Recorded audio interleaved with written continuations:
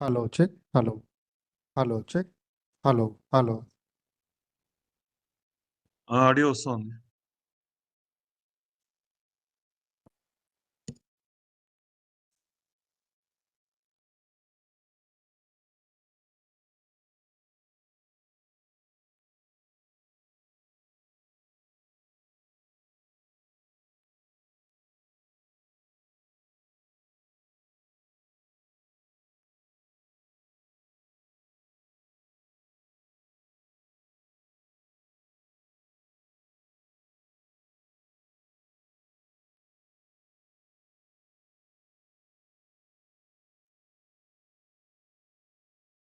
Rajshree soul से सारे updates पाने के लिए बेल आइकन दबाइए।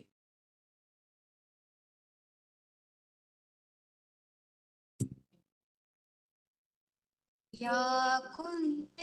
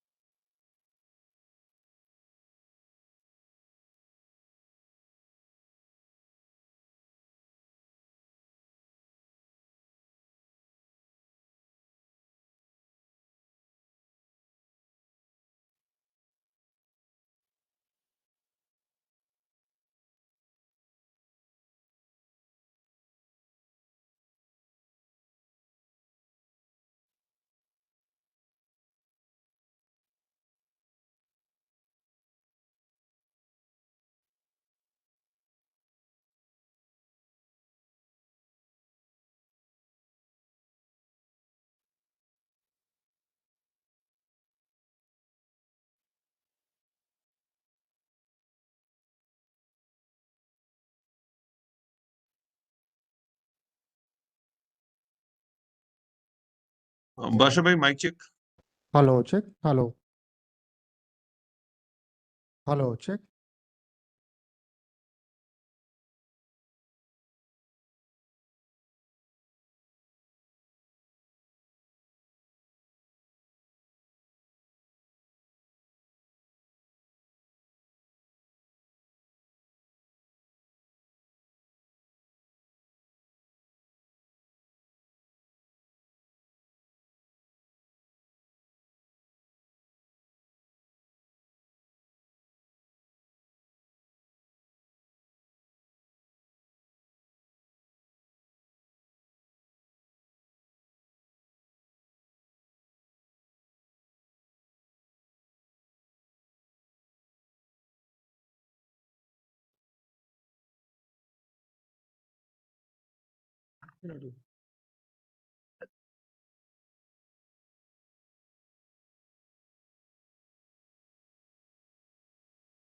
Hello, check. Hello.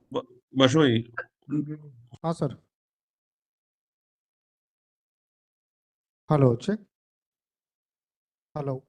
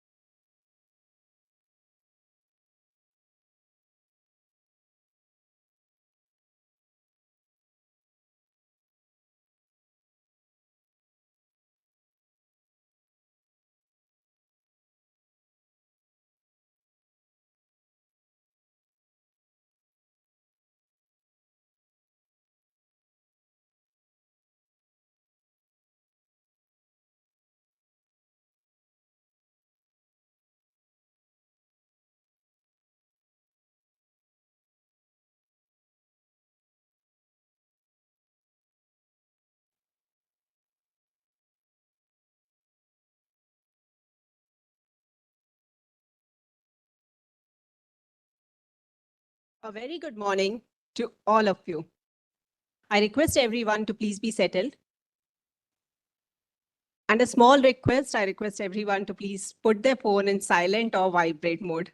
I know I need not say this, but a small request.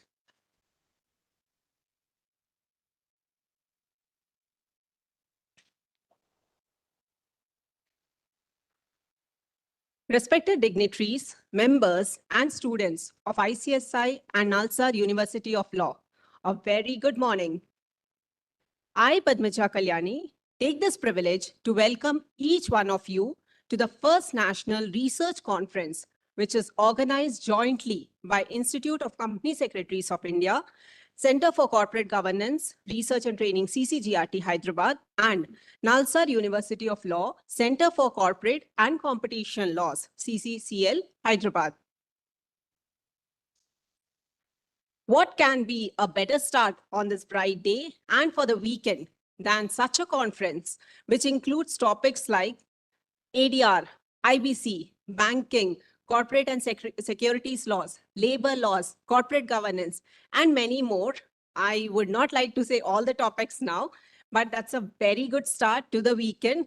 And above all, we have respected dignitaries, keynote speakers, and panel discussions also in this conference. So let's start a very informative and knowledgeable weekend today. And without taking much time, without further ado, let's start the program by inviting our dignitaries onto the dais.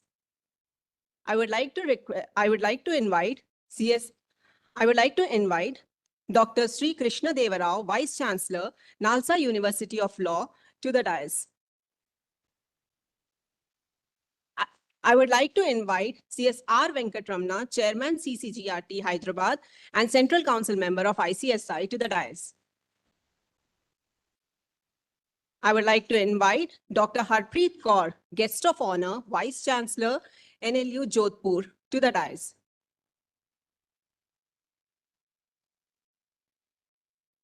I would like to invite Shri Praveen Jaipuriar, Special Guest, CEO of Continental Coffee Limited, to the dais.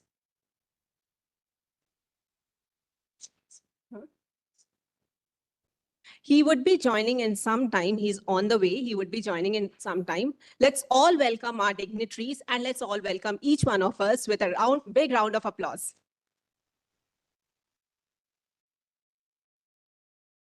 As it is imbibed in our Indian culture, let's start this conference on a very good note by taking God's name. So we'll start with the invocation with the Saraswati Vandana and lighting of lamp. So I would request all the dignitaries to please gather for the lighting of lamp. I would also request Professor Dilip Uke, Vice Chancellor of MNLU Mumbai, Professor Vijay Kumar, former Vice Chancellor, NLIU Bhopal, and Professor TV Subbarao, Professor, Vivekananda School of Law and Legal Studies, Delhi, to please join for the lighting of lamp. Please, sir.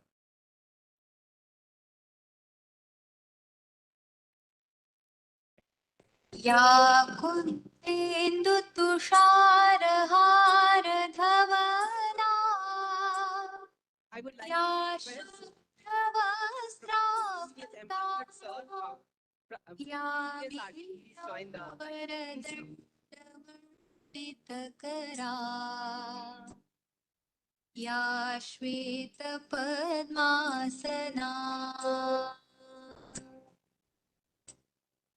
या ब्रह्माच्युत शङ्कर प्रभृतिभिः देवैः सदा वन्दिता सा मां पातु सरस्वती भगवती निःशेषजाड्यापहा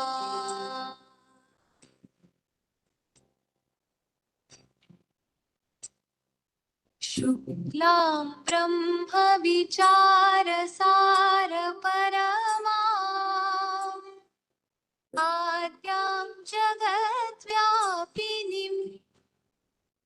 वीणा पुस्तकधारिणीम् अभयदा जाड्यान्धकारापहा हस्ते स्फाटिकमालिकां विदधतीं पद्मासने संस्थितां वन्दे तां परमेश्वरीं भगवतीं बुद्धिप्रदां Sharda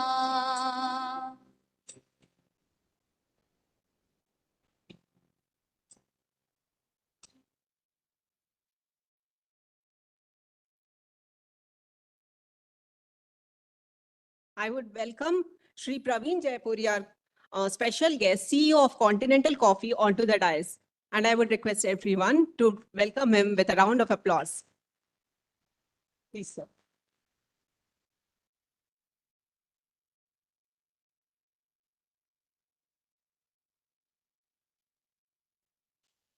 I now request everyone to please stand up for the ICSI motto song.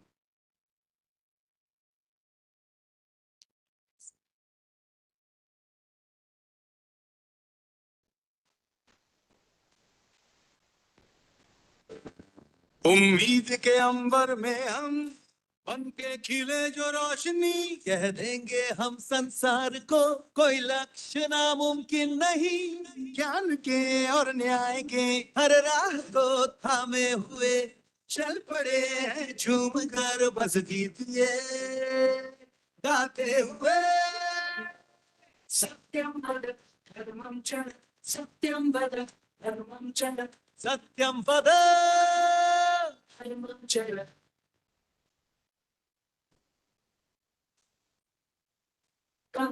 सचिव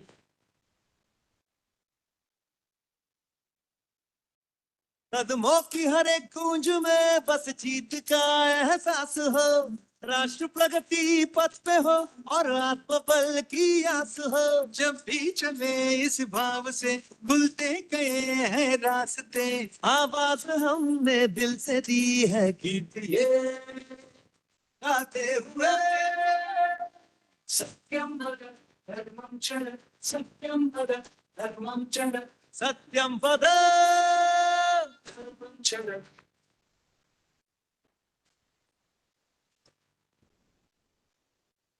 हर उन्नति के रंग में हर भारतीय हाथ हो उद्यम हो या उद्योग हो हर ओर अपना साथ हो जाना शिखर तक है हमें सच की कलाई थाम कर हम जीत के सुर छेड़ेंगे गीत ये गाते हुए सत्यम वद धर्मम चल सत्यम वद धर्मम चल सत्यम वद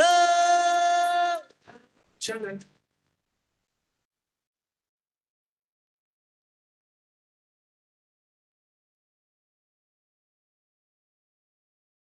The conference, which is going to start today till Sunday, it is the first national research conference on developments and trends in corporate laws and governance. So to start the program and to start the conference, we would like to request our Vice Chancellor of Nalsar University of Law, Hyderabad, to give the welcome address. Before joining Nalsar, he was Vice Chancellor of NLU Delhi and Vice Chancellor of NLU Orissa. He has worked with 5 prestigious law universities in India: National Law School, Bangalore, Nalsar, Hyderabad, Gujarat, NLU, and NLU Delhi and NLU Orissa. His major areas of research are in criminal law and criminal justice administration, where he has contributed to significant research in preventing custodial death. We would request, sir, to please give the welcome address.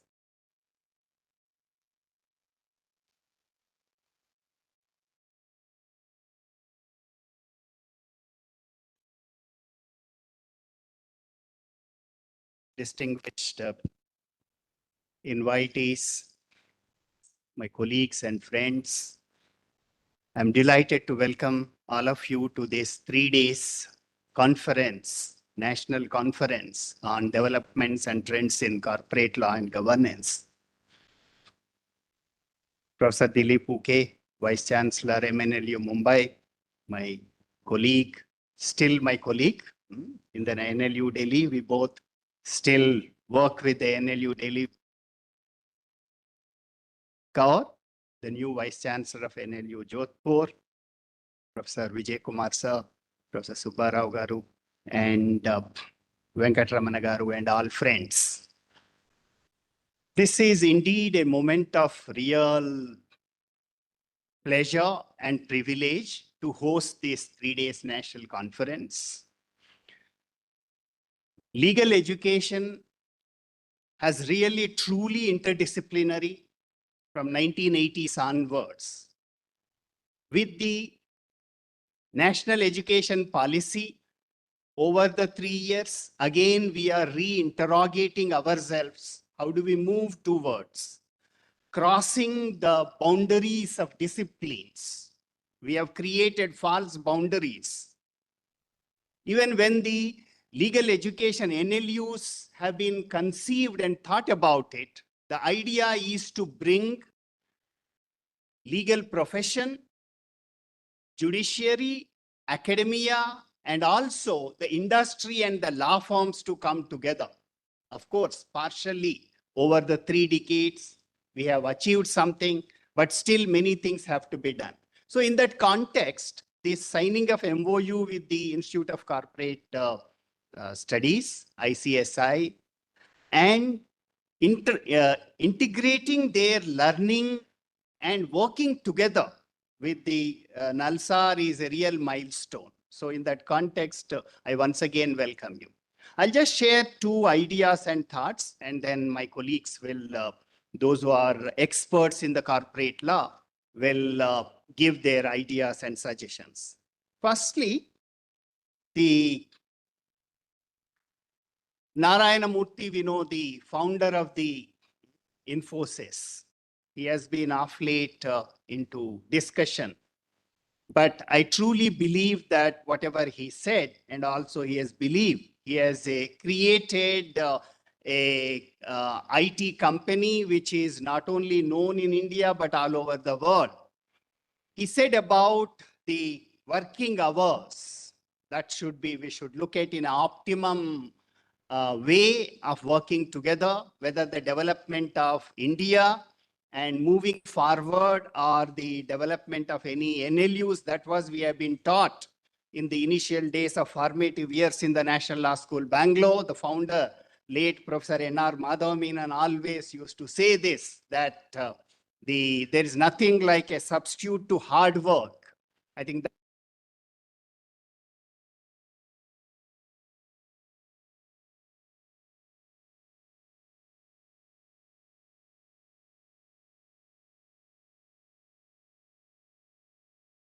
years. I believe as somebody who is passionately worked in the access to justice over the 3 decades, access to justice is not only about the legal aid, legal literacy, and providing what the unmet legal needs and bringing marginalized communities closer to the courts and other. But along with that, the second wave of, which is very important in the access to justice, is community dispute resolution. What we have seen with the amendment to the section 89 of the Civil Procedure Code, that was in 1999. I remember when the Nalsar was started, we organized a discussion, and the entire bar associations all over India, including the undivided Andhra Pradesh state, opposed.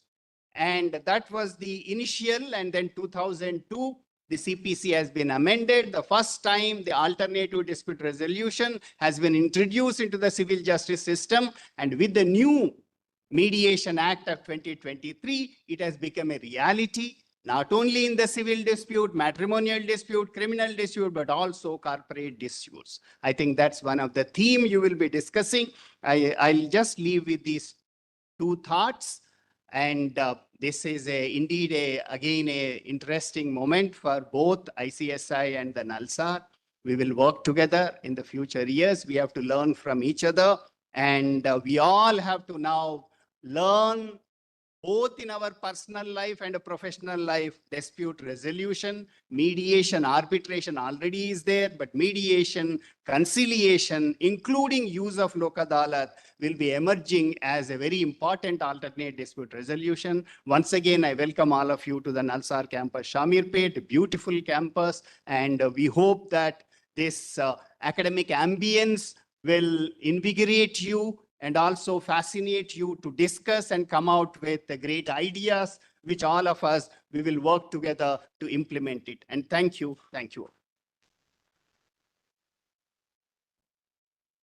Thank you so much, sir. it is said that CS and law is a very good combination or a rather dangerous combination. And sir has already said that thing very well. I would request CS MR Bhatt sir to please present a sapling to Sri Krishna Deva Rao sir.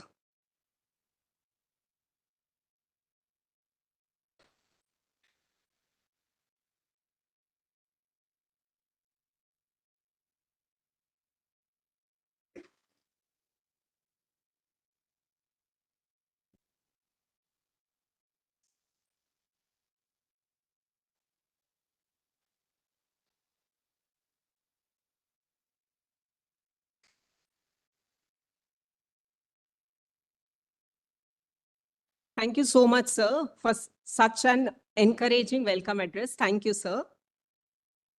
I would be requesting CSR Venkatramana, sir, to give the inaugural address. He is a practicing CS and he is an MCOM FCS LLM insolvency professional, fellow member of ICSI. He has been elected as a Central Council member from Southern Region for the term 23 to 26. He is presently chairman of ICSI Center of Excellence and a member of many committees. He's also the secretary for the year 22. He served as the chairman of Hyderabad chapter for the year 2017 with a vast experience for a period of 19 years. I would welcome him with a sapling. I would request Professor KV Sharma, sir, to please present a sapling to CSR Venkatramana, sir.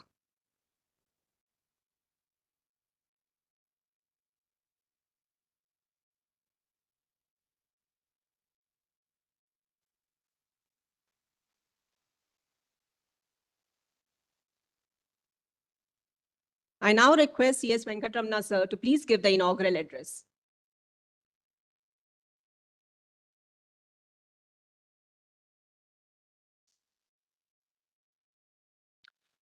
Thank you, Ms. Padmaja.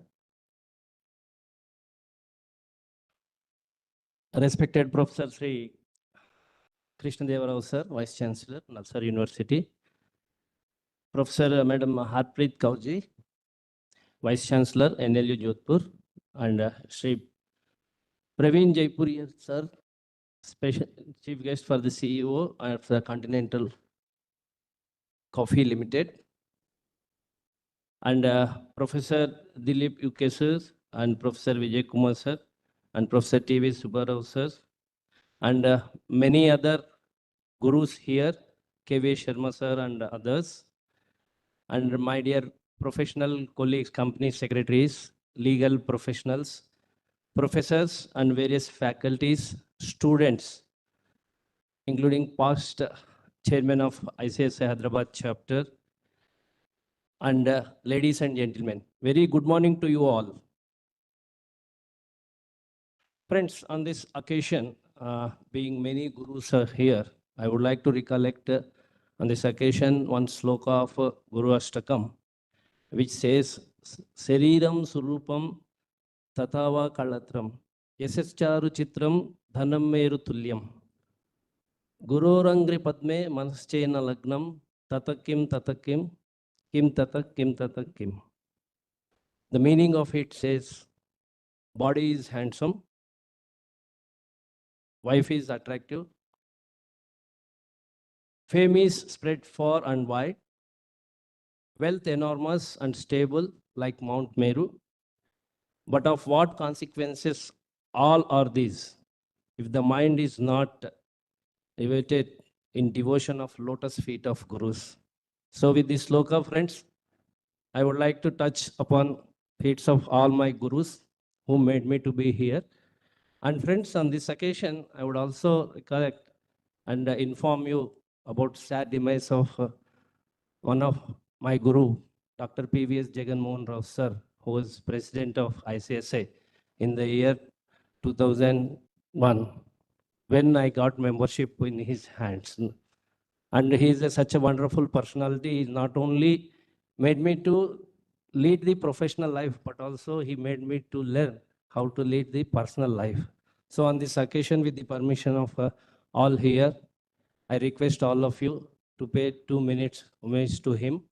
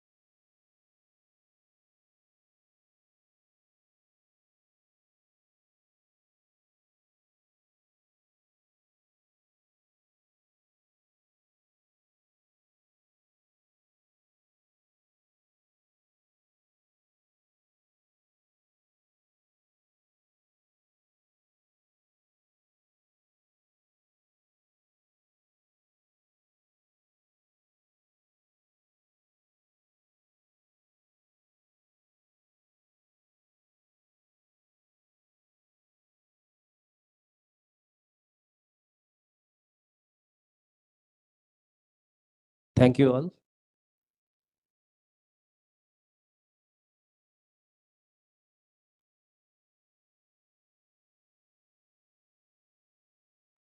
Friends, actually in the year 2017, when I was chairman of Hyderabad chapter, I had been got opportunity to conduct program in the same seminar hall on the corporate laws. I again recollect that, this is one more opportunity where we are associating with Nalsar again, conducting 3 days of full seminar on the corporate laws, same subject. And many of you people responded to it and come forward to participate in this program. Thankful to you all, friends.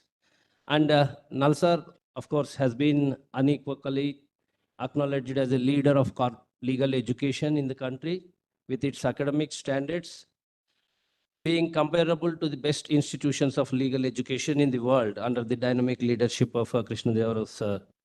And friends, ICSI is also working in pursuit of professional excellence and as a governance professional body is trying to regulate the company secretary profession and build the governance in the corporates. And many of the corporate leaders, CEOs like sir is here, evidenced the benefit of company secretary professionals being the guidance for the corporate governance implementation in the corporate sector. Friends, the motto of both the institutions, the motto of the Nalsar University says, Dharme Sarvam Pratishtitam. And the motto of ICSI says, Satyam Vada Dharmam Chara. Both go in hand, and today is the evidence that we all together here to conduct this program, to bring that dharma to be set in entire corporate world and build the economy for the country. Friends, and this, especially the venue, this center itself, being a CCGRT is a research-oriented institution, and also the Center for Corporate and Competition Laws of Nalsar University. Both are having a research zones, and this venue, this hall, is also MK Nambiar Sarkla Research Center. So we are conducting this research program, first national level research program in the history of ICSI at the research center, the best research center here. Friends, as Abdul Kalam ji said, creative leadership is the essence of the good governance. Dr. APJ Kalam sir has said that. And we all know that the application of best management practices and compliance of law in true spirit and law, letter, adherence to the good ethical standards and for the effective management will lead for good governance. Even Ramaraja is a model of good governance where we have seen in Ayodhya, we are getting the mandir done now.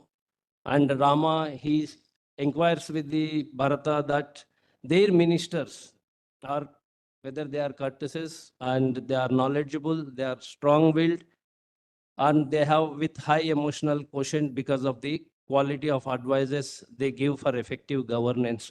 Why I am taking this clue is, friends, we, all the ministers, like how the kingdom ministers are there, the professionals like us, we will be acting the role of ministers in guiding, strategizing, and providing what is good, what is bad for the country, what the organization. That way we are helping the professionals, helping the all organizations, corporates in India as well as in the world. So we being, leaders, being, leaders of corporate governance and guiding factors to the corporates to ensure that there is a fairness, there is transparency, there is responsibility and accountability, and we will also guide them in the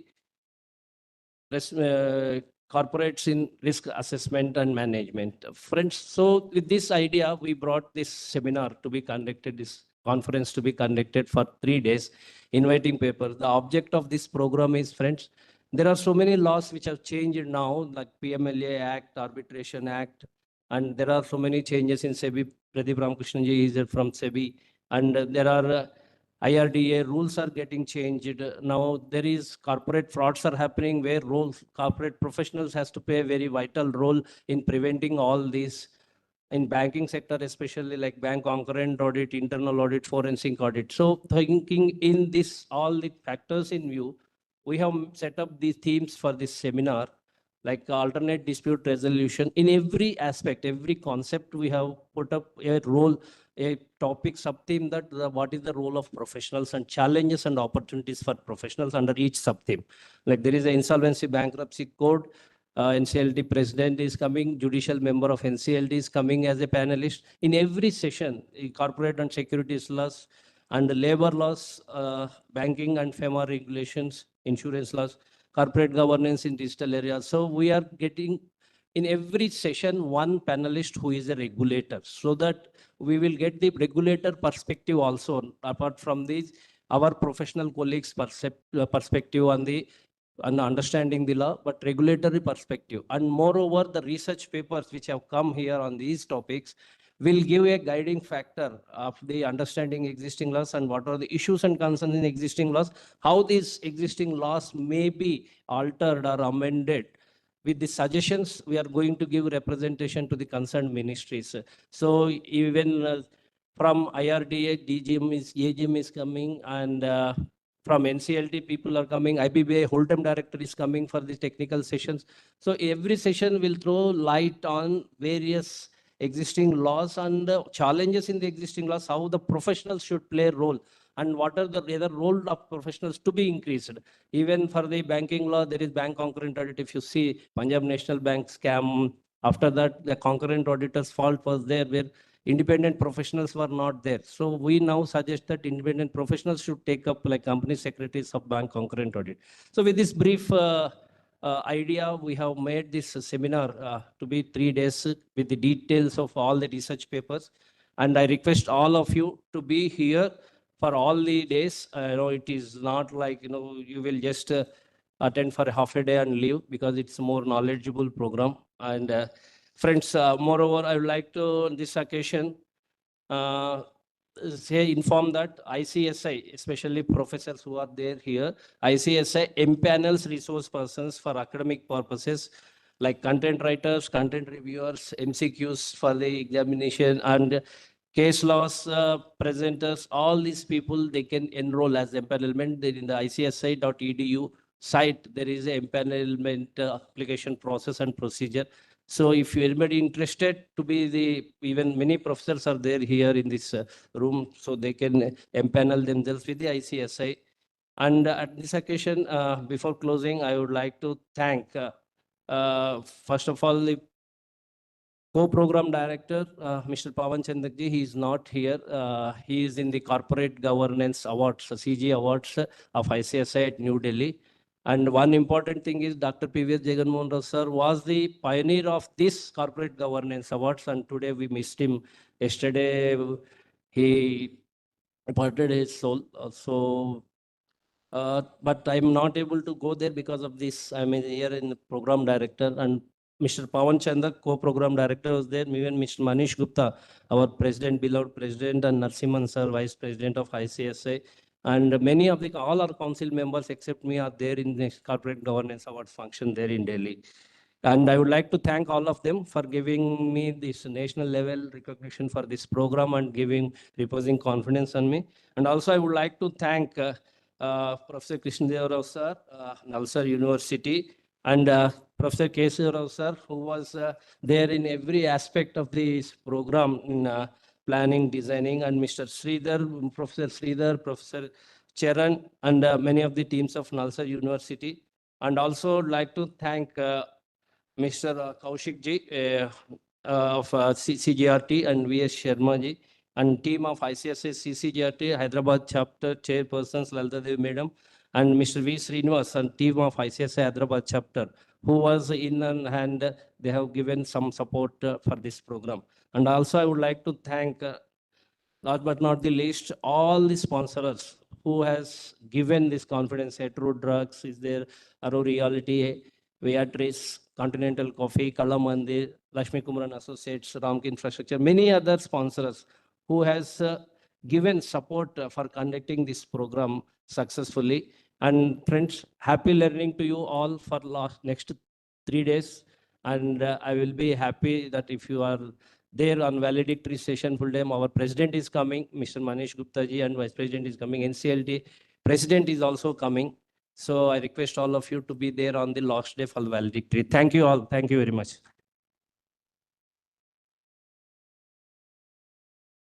Thank you so much, sir. The whole intent of this conference has been said by sir very well. So we are now very sure what is about to come next. Thank you so much, sir.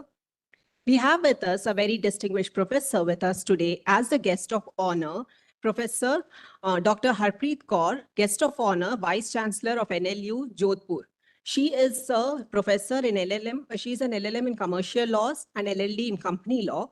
She's the director of Center for Corporate Law and Governance at National Law University, Delhi. She has been a Fulbright Nehru Scholar at Emory Law School, Atlanta, and Fulbright Scholar in Residence at Miami-Dade College, Miami, USA. She also served as the Chair Professor of Indian Studies at Leibniz University, Germany. She is a Fellow of International Visitor Leadership Program on Competition Law, sponsored by US government in 2015. She teaches company law, securities regulations, and competition law. She has also many publications and books to her name. So it is a privilege to have her with us. We would like to invite her to please give the keynote address. And I would request C.S. Srinivas to please present a sapling to our guest of honor. Please, ma'am, we would request.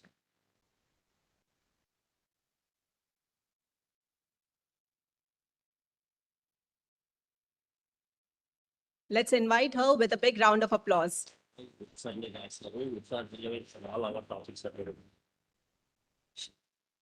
She has written many books like Corporate Fraud, Contemporary Company Law Reforms, Achieving Sustainable Development Goals.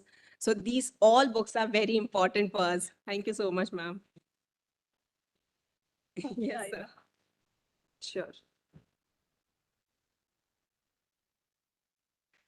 Professor S.K.D. Rao, Vice Chancellor, Nalsar University of Law, Professor V. Vijay Kumar, Professor T.V. Subba Rao, Professor U.K., Professor Keshava Rao, Professor K.V. Sharma, Mr. Praveen Jaipuriar, C.S.R. Venkatramanan, and all other invited guests, ladies and gentlemen. It's an honor to be here today to present my views on corporate laws. I think this is where our interest lies and also the heart lies. So all the developments are taken care of very carefully and read carefully.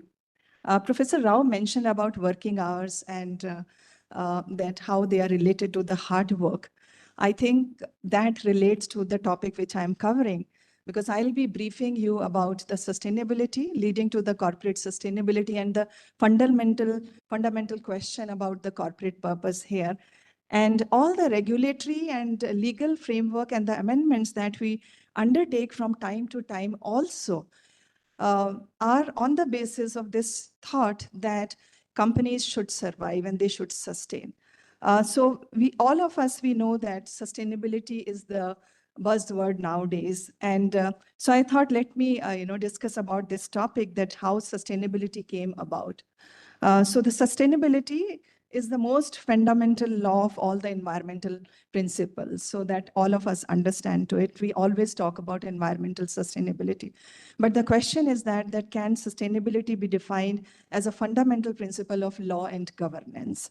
And if the answer is, there are two views. First view is that sustainability is a general concept and should be applied in law in much the same way the other concepts, general concepts like liberty, justice, and equality is applied.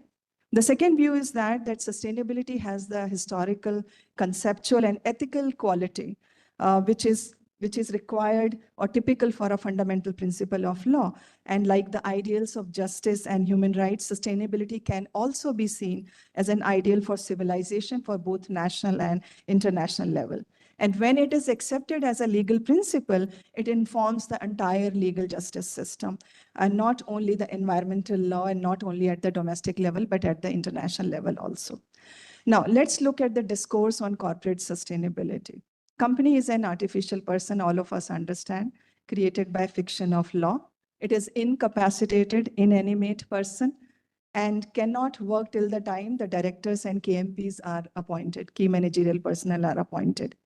So the entire administration, management, and the supervision, governance of the company is done by KMPs and board of directors.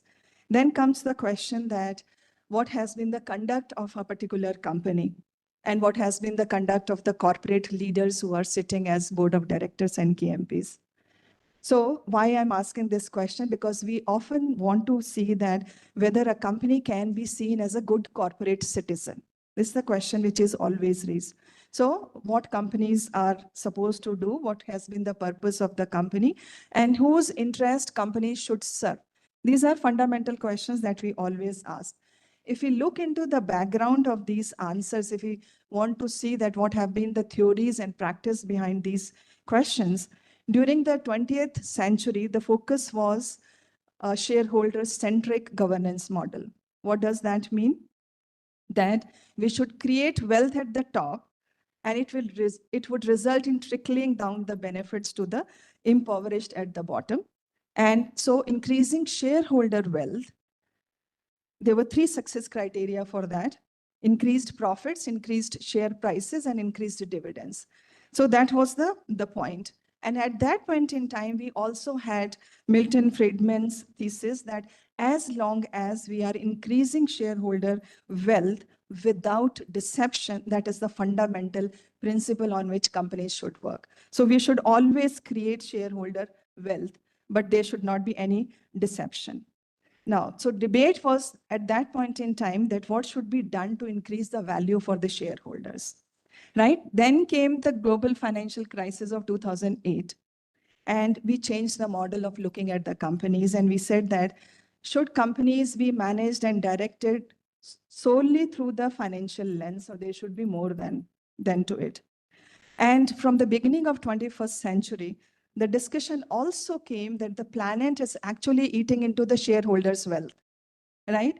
Shareholders' fund, because the natural resources which are being used by the companies for their, operations, they are, regenerating faster than they are not regenerating faster than the way they are being used by the companies. So we started giving importance to ESG, environment, social, and governance issues, right? And then came the UN principles of responsible investment, that companies which are raising funds from the public, they should be not only the financial due diligence, but there should also be the diligence about the duty of care that board of directors owe towards the ultimate beneficiaries of the company. So there was a paradigm shift in the due diligence concept.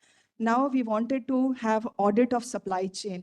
You know about global value supply chain, so much of discussion is going on that, right? Effective leadership, trust and confidence on the company of the community in which it is operating, legitimacy of operations of companies, adequate effective controls within the companies, exercise of oversight by the board of directors over the company on informed basis.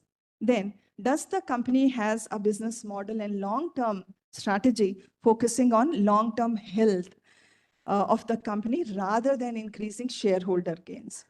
So what kind of corporate governance models came? We started looking at group corporate governance framework. And you must have seen in a number of cases, it has been mentioned that we do not know what structure actually the group companies have.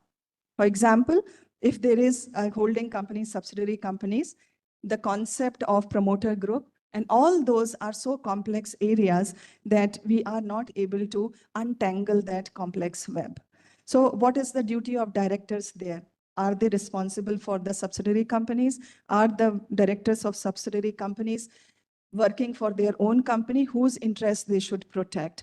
And then we also started discussing about investment decisions of institutional investors, right? So what was the result? That we changed our reporting formats. We said that now we should have outcome-based financial reporting, or corporate reporting for that matter. We came up with International Integrated Reporting Council framework. So we should know how companies make money, what are the outputs and what are the outcomes, how the company has impacted economy, society, as well as the environment, right? So companies are now at the junction of 3 important critical dimensions of first is sustainable development, outcome-based goals, and how to achieve these sustainable development goals. So then comes the question, does sustainability for business actually exist? So two views are again, that whether we internalize the environmental and social impacts into our decision making, or we go for actual sustainability measurement. Now, why this discussion? When we started having this discussion that we should integrate sustainability into company law and corporate governance, we came to the debate on what is the corporate purpose and what is the societal significance of the corporate purpose. So the question is how corporate governance might help or contribute to sustainability. And the key focus point here was corporate purpose. And we know, all of us, we know that objectives are given for at the time of incorporation of any company when we make the memorandum. So three different contexts come in view of the corporate purpose. First is that what type of entity you want to incorporate, whether you want to have a commercially focused entity or you want to go for a social orientation of the company. Second is for whose protection the company will be working, whether for shareholders or for the creditor protection. And the third point is that, which is more contemporary, that what will be the role of the corporate purpose in stakeholder protection. So you see three areas of corporate purpose. Right. So ultimately, how do we define the corporate purpose is who the company is, why it exists. It focuses on a meaningful contribution towards the environmental and social needs, communicates externally, and it should also be embedded in the corporate culture.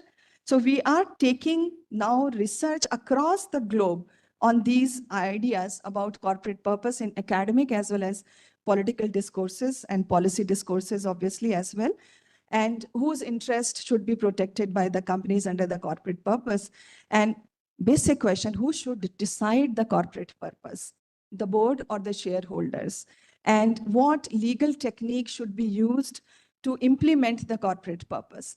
I think this is the fundamental question that all the participants who are speaking on these 6 different themes should ask themselves, that the topic which they are presenting, whether for which context this topic is going to work, whether for the company itself, for the shareholders, for the creditors, or for the technique which should be used by the company to adopt and implement the corporate purpose. With these few thoughts, I thank you all for listening to me, and also wish you all the best for your paper presentations. Thank you.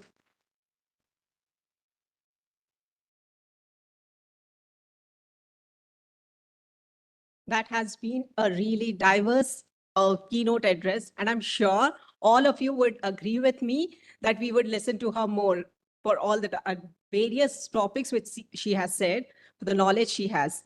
I would really thank her once again. Thank you, ma'am. I would now request our special guest, Shri Praveen Jaipuriar, CEO of Continental Coffee, to please give the special address. He has been an MBA from KJ Somaiya, and he has been associated with organizations like Balsar Home Products Limited and Dabur India Limited. He is currently the CEO of CCL Products India Limited. He has also more than 25 years of experience in FMCG categories like healthcare, foods, oral care, personal care, and many more. He has also been actively managing business category and brand PLs, cross-functional peer teams, well-developed strategy formulation skills. He has been awarded the Platinum Plaque for Best Leader by Hayes Group. He has won awards like Abby's, Curious Blue Elephant, etc. for marketing and brand campaigns. It is an honor to have him with us. So let's welcome our special guest, Shri Praveen Ji, and I would request CS Nagaraj God to please present a sapling to our special guest.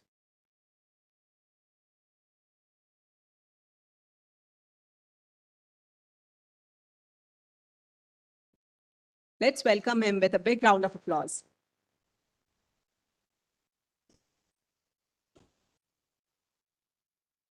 I request Praveen ji to please address the gathering.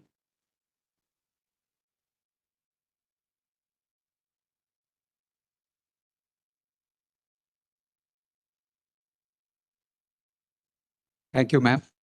Uh, First of all, thanks to ICSI to have invited me here. I'm not used to such occasions, so it's a little bit overwhelming for me. But thanks for inviting me here. Good afternoon, my fellow panelists. It is actually an honor to be sitting alongside you guys because I'm generally used to be sitting in the backbench. So it's actually a new thing to be with you and with such illustrious personalities. And a very, very happy new year to all the gurus and the sishyas sitting here. And I have a fundamental belief that in all of us, there resides a guru and there resides a shishya. Because we have, all the time, some learnings to be taken from each other, and we have all the time some learnings to be given to or imparted to each other. So there is always a guru and a shishya in all of us. So wishing you a very, very happy new year. You know, we've spoken about, and some of our panelists have spoken about what a good corporate is all about and what is the role of secretarial and legal functions in corporate. If I were to see from a corporate perspective, the role of secretarial and legal functions have evolved tremendously over a period of time. You know, there were days, or let's say years ago, the secretarial function and the corporate or the legal function was largely looked upon as checks and balance function, or at the most driving corporate governance. But a lot has changed over a period of time. What we are now seeing is that the secretarial and the legal functions are also contributing to the strategic decision making of the company. We have at CCL our secretarial team sitting here, and they will vouch for the fact that all these strategic decisions that we have taken over a period of time, a lot of contribution has come from them. So it no longer remains a very checks and balance function, or a function which is very just making sure that the corporate is working well and there is high level of governance, but also decision making is becoming a part of their role as well, because they are the guys who are in touch with the key stakeholders, whether internal or external. So there is no other function who is as much in touch with the internal and external stakeholders as the secretarial team. Yeah. So we have got lots of functions in a business setup. You may have a business development team who probably is only in touch with clients, customers, or consumers. Then you have got a finance team who probably is looking after the financial aspect. You have got other teams who are, handling their area of functions, and a factory guy is running the factory. But there's one team, which is the secretarial and legal team, which is taking care of the internal stakeholders and the external stakeholders. And, to make them meet is not only a tough job, but a job of high level of strategic importance. And therefore, your function becomes that much more important. And that's the reason I keep saying that the secretarial team, more than the fact that they have to look at corporate governance, corporate laws, legal, etc., they also should be quite aware of the strategic thought process of the management of the organization. Because I'll illustrate this with certain examples. For example, because our secretarial team was so aware and so this thing about what is going to happen in future, about things like sustainability, you would be really surprised to know that today in our company we almost process 1 lakh metric ton of green coffee, and not a speck goes waste. Yeah, once we extract the coffee out of the green coffee, the spent is sent to boilers for running the boiler, for burning the boiler. And then when the ash is collected, the ash is sold to the brick manufacturer from which the brick is manufactured. So not a speck is, not a speck is wasted. And therefore, the whole process becomes so environment friendly, all because of the fact that somebody in the team was aware that future is all going to be like this. And therefore, we ended up taking up things like this much in advance. Similarly, we all along have been a coffee company, but to venture out of, to expand our business, to go into newer categories, again, the secretarial team plays a huge role. That what would be the the view that the external stakeholders will have if I were to take certain strategic decisions about my business.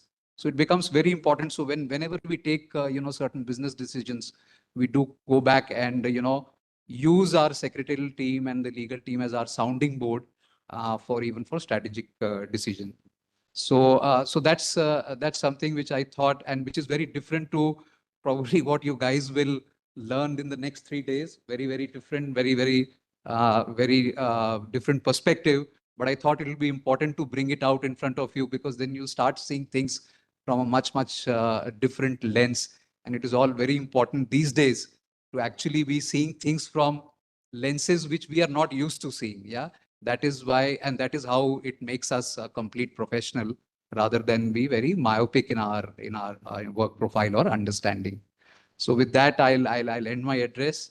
And thanks once again to all of you to have called me here, and thanks for listening me patiently. Thank you.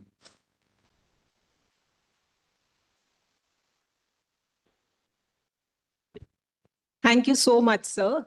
It is very true that a secretarial team and a legal team does play a very important role in a company. Thank you so much, sir.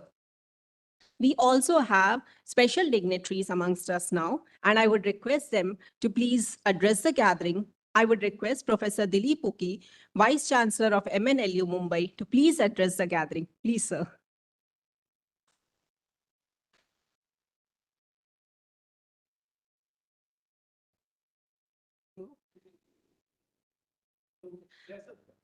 Please bless. I would request CS Rakesh Soni to please present a sapling to sir. Please, sir.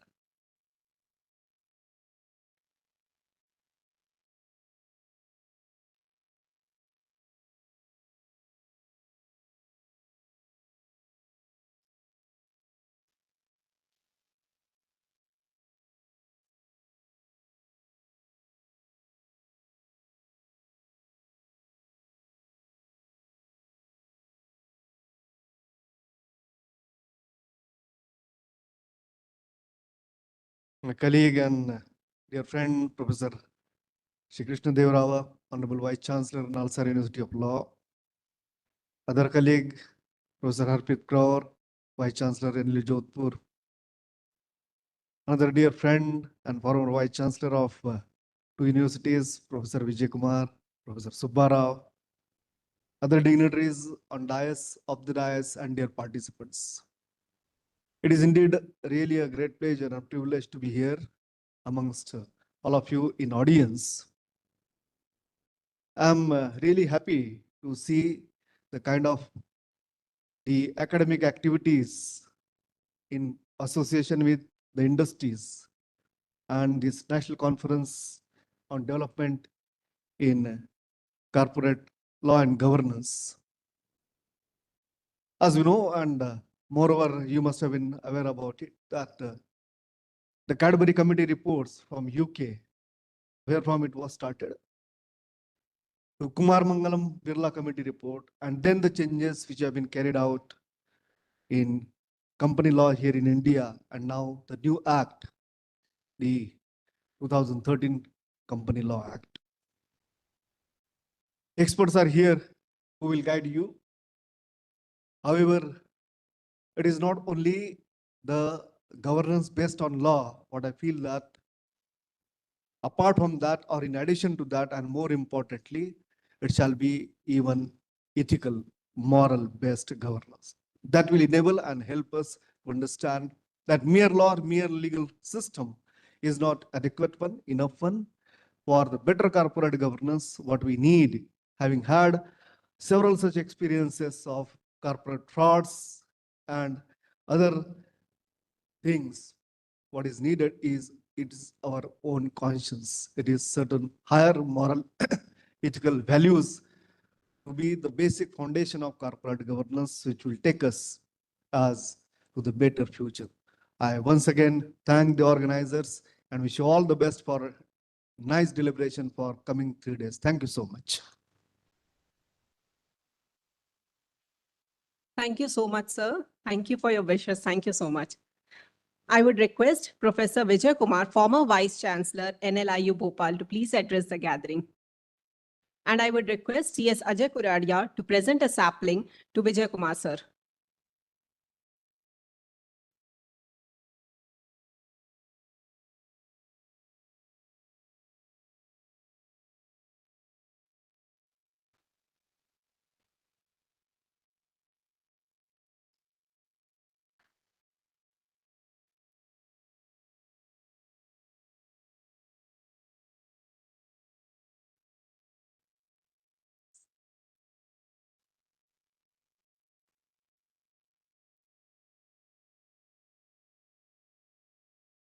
My friend and colleague, Dr. S.K.D. Rao, the Vice Chancellor of this university, Mr. Venkatramana, Dr. Harpreet Kaur, Vice Chancellor of National University, Jodhpur, Mr. Puria from Continental Coffee, my senior colleague,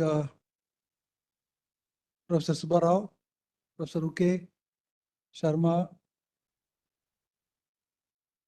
and all other colleagues present here.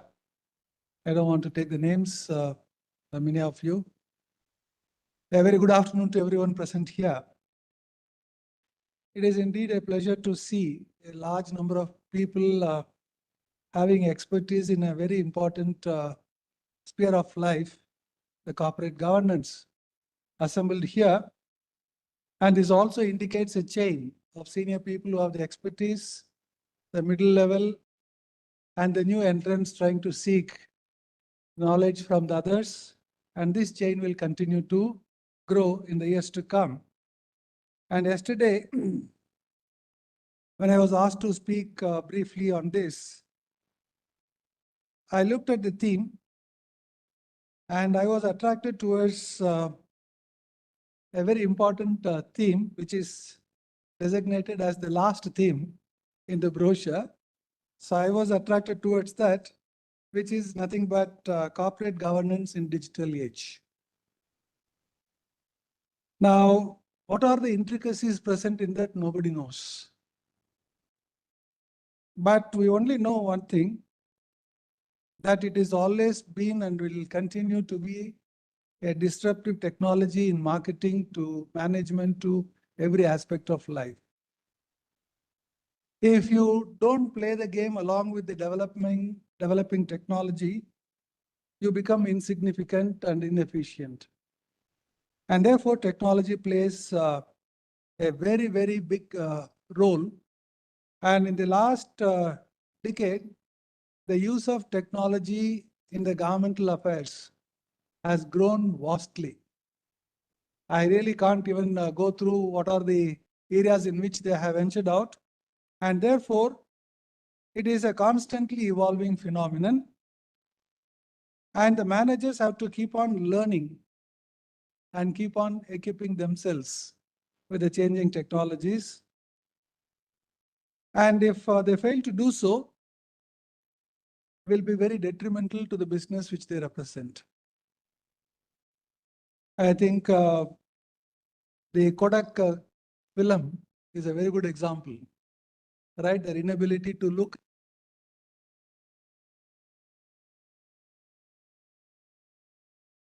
I'd like to get into the details of that. We also see in technology that blockchain is one aspect which is transparent, ledger-based, and it cannot be, what do you call it as, no virus can affect it, no one can play with it, no one can intervene with that. But I think in the last couple of years, we have seen that even blockchain technology is vulnerable to what you call it as the people waiting to prey on the technological loopholes. Yet there is a great potential to transform, using the technology, the accounting and auditing practices. And that is a place, and I was told that the president of the Hyderabad center, Mr. Venkatramana, is also an expert in IBC. And as a Vice Chancellor, I was also trying to look at the auditing, digital way of identifying the mistakes that people do commit. And that is going to play a major role in the years to come, as both the spheres of taxation, direct and indirect, they're all only through the technological background. But all these benefits are not without challenges. If these companies do not improve their, hardware and the software as the technology grows, they will fail. And apart from that, they should also protect themselves from what you call it as the artificial intelligence and the impact that it can create in the minds of the people, in the minds of managers. On one side, it can bring very good, excellent decisions to the table, but the consequences also can be equally bad. Therefore, it raises a huge ethical concern. So when we speak about digital technology on one side, I think we need to keep in mind the ethical concerns and the implementation of these complexities in the corporate world. The other issue that may come into is the big data and the analysis of the big data. I think there may be papers. I'll be keen to look at the papers presented on this particular theme, corporate governance in digital age, so that we constantly improve our own. In fact, I look forward to a detailed discussion with Professor Rao and Mr. Venkatramana. We have a team of experts coming tomorrow, two of them, doyens who have done excellent work in cybersecurity issues. So it is possible for Nalsar to interact with you in the years to come and also develop our own technology to identify and also strengthen the gaps that we may find as we come across. The last one is the compliance of legal, financial, and other mandatory requirements, which I think will also be a concern which you will discuss. I will not, because it's very difficult. You give a microphone to a teacher, he will not resume the seat unless it's 60 minutes. So I don't want to be a teacher here. Thank you very much for the opportunity given. Wish you all very best. Thank you. Thank you very much, sir. Not 60 minutes, sir. We are okay with 120 minutes also on this topic. Thank you, sir. And very true that technology or digitalization has become a boon and bane at the same time. It's up to us how we use it. Thank you, sir. I would request Professor T.V. Subbarao, sir, Professor of Vivekananda Law School and Legal Studies, Delhi, to please address the gathering. And I would request C.S. Anushri Chatterjee to present a sapling to Professor T.V. Subbarao, sir.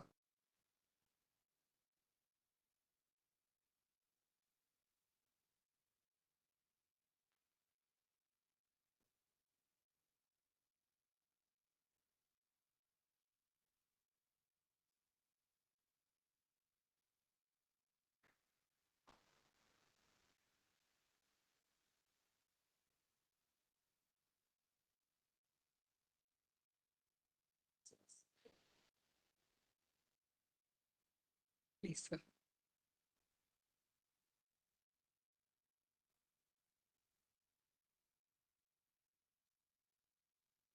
Good afternoon, everybody. Wonderful response. When other speakers were speaking, there was no response except formally clapping at the end. You should be participate. At the outset, let me congratulate the charities of this program, Nalsar, as well as ICSI, for undertaking a wonderful 3-day seminar. I have gone through only the brochure. Professor Krishnadeva Rao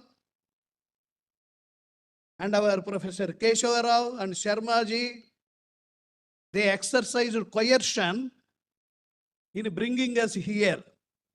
we were for some other purpose. I am seeing the list of the topics. Definitely, we are also interested in it. You are fortunate that Vijay Kumar has there. He's my close friend, so that is why I call him like that. He has left you only with few minutes speech. Otherwise, he will speak on it for nearly 2 hours. And then he will point out the loopholes, interstices in the laws. When I was looking at the name of one of the panelists, that is also one of the topics, na? R. Venkatramana, CSR Venkatramana, CSR, Corporate Social Responsibility. How far they are able to exercise, what are the checks that are there for proper utilization of corporate social responsibility. All of you know already that we require a better mechanism to monitor it. Is it yes or no? The second thing is that when I looked at the topics, we came across artificial intelligence. Agreed. Already artificial intelligence is hijacked by corporate sector. But are they creating Frankenstein? Artificial intelligence based upon algorithms always, number one, will have an element of discretion. It is not foolproof. How do you rather control it? Regulatory. Last month itself, European Union brought a legislation. It is, I think, is still under discussion. 167 pages it were there. Still there are loopholes on that. How do you regulate it? Especially when you adopt it as companies or corporations. It is not that easy. It was a risk-based regulatory mechanism the people were thinking, but what happens is you require liability-based legislation. Entire European Union legislation that they have mentioned, it is risk-based. In G20, all the brochures we will also mention G20. Nearly 2 to 3 paragraphs are devoted for artificial intelligence, and especially how to regulate in corporate governance. It is very easy to tell transparency, responsibility, and accountability. How do you bring it? How do you bring the accountability? My dear friends, one more thing I would like to tell you. Our Professor Vijay Kumar was touching on that point. Ethical and moral aspects are there. Ethical and moral aspects vary from country to country, claim to claim. It is not uniform. You cannot just take a universal law at United Nations or some other thing. They are meant only for brochures like UNICEF. But how do you achieve that one? How do you give legal status to it? These are all the problems, especially that are going to be faced by corporate sector, my dear friends. One more point I would like to tell and then take leave from you. Another is ADR. Arbitration is corporate saving. It is not for common people. Mediation and conciliation, of course, it is for common people. There are legislations. Every legislation now has a clause for it. But yet another thing is that in recent times, more than arbitration, mediation also is taken as a shelter for corporate governance. So you may have to discuss a lot even with regard to ADR, my dear friends. I was very critical in the beginning of ADR, saying that ADR is built upon the failures of the Indian judicial system. When justice is available at the corner of the street very speedily and not dilatory, who will go for ADR? You will get the resolution through the court itself. But we do not have such method. So automatically, we'll have to discuss more this ADR. My dear friends, topics are well chosen.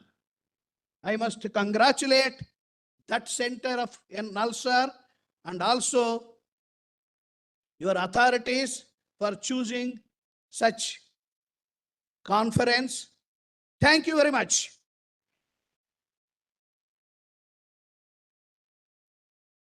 Thank you so much, sir. Thank you. It is very true that the topics are very well chosen. And I'm sure after the welcome address, inaugural address, keynote address, all of us are eagerly waiting for the upcoming topics and themes. Once again, let us congratulate and thank Nalsar and ICSI once again for organizing such a knowledgeable conference. Let us congratulate with a big round of applause. I would request Professor Keshav Rao, advisor of Center for Corporate and Competition Laws, Nalsar, to present the vote of thanks. Please, sir.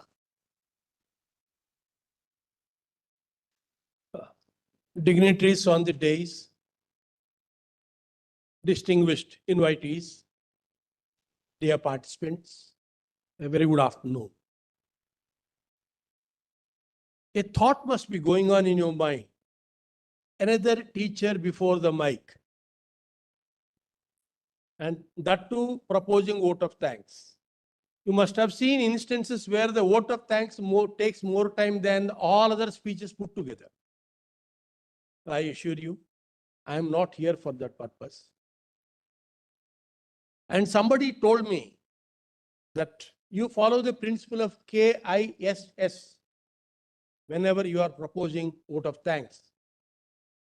And I asked my wife, what is KISS? She said, keep it short, stupid. This is a wonderful reply she gave me. And since then, I am following it. Therefore, adopting that principle, I would only say that on behalf of Nalsar and on behalf of ICSI,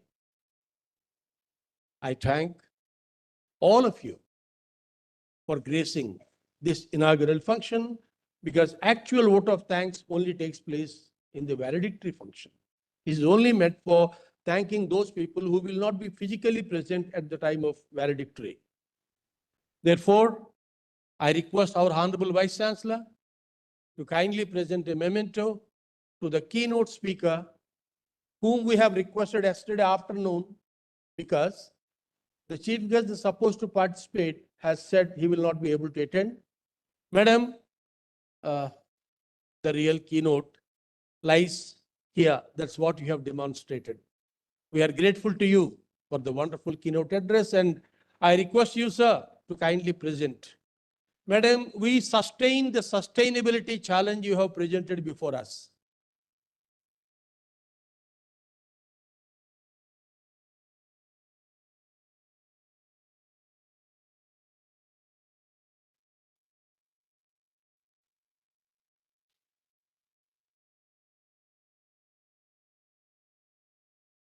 How can sustainability be achieved without a strategy? For emphasizing on strategy, we are grateful to Sri Praveen Jaipuriar for sharing the businessman's concern of strategy. And sir, we thank you very much for pointing out the second important element which must be part of the entire discourse today, tomorrow, and after tomorrow. And we request you to kindly accept a small memento from us, which will be presented by the Corporate Social Responsibility Venkatramana.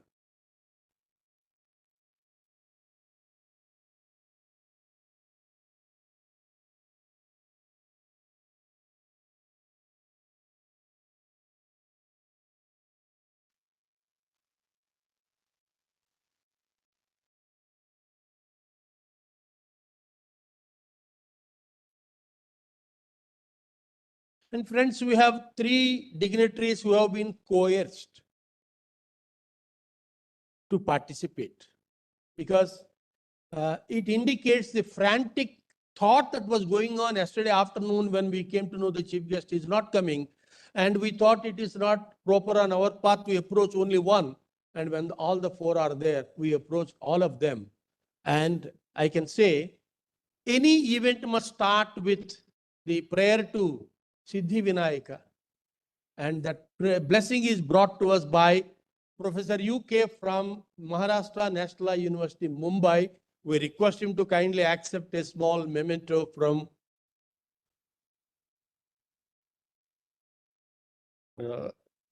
CS Sudarshan Pallav.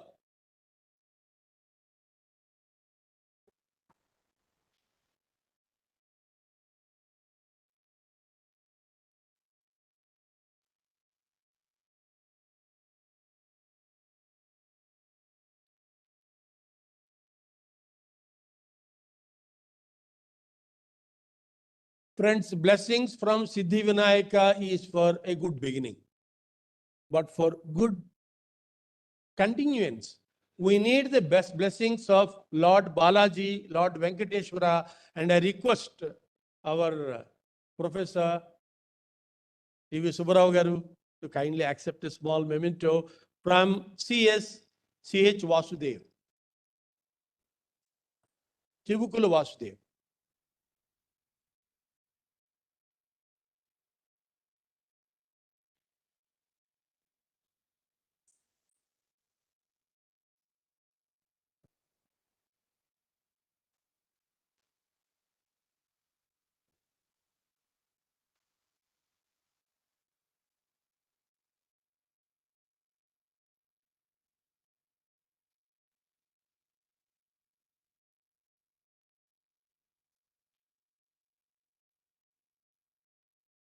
Good beginning from Lord Vigneshwara. Excellent continuance from the blessing of Lord Venkateshwara. Should always end in success. Success is Vijay. And when Professor Vijay Kumar is participating with us, well, I'm sure the 3 days will undoubtedly be a success, and even the outcome of this event, a joint event, will be a success. And I request CS Maharani to kindly come forward and present a memento to our Guru, Professor V. Vijay Kumar. Victory Vijay Kumar.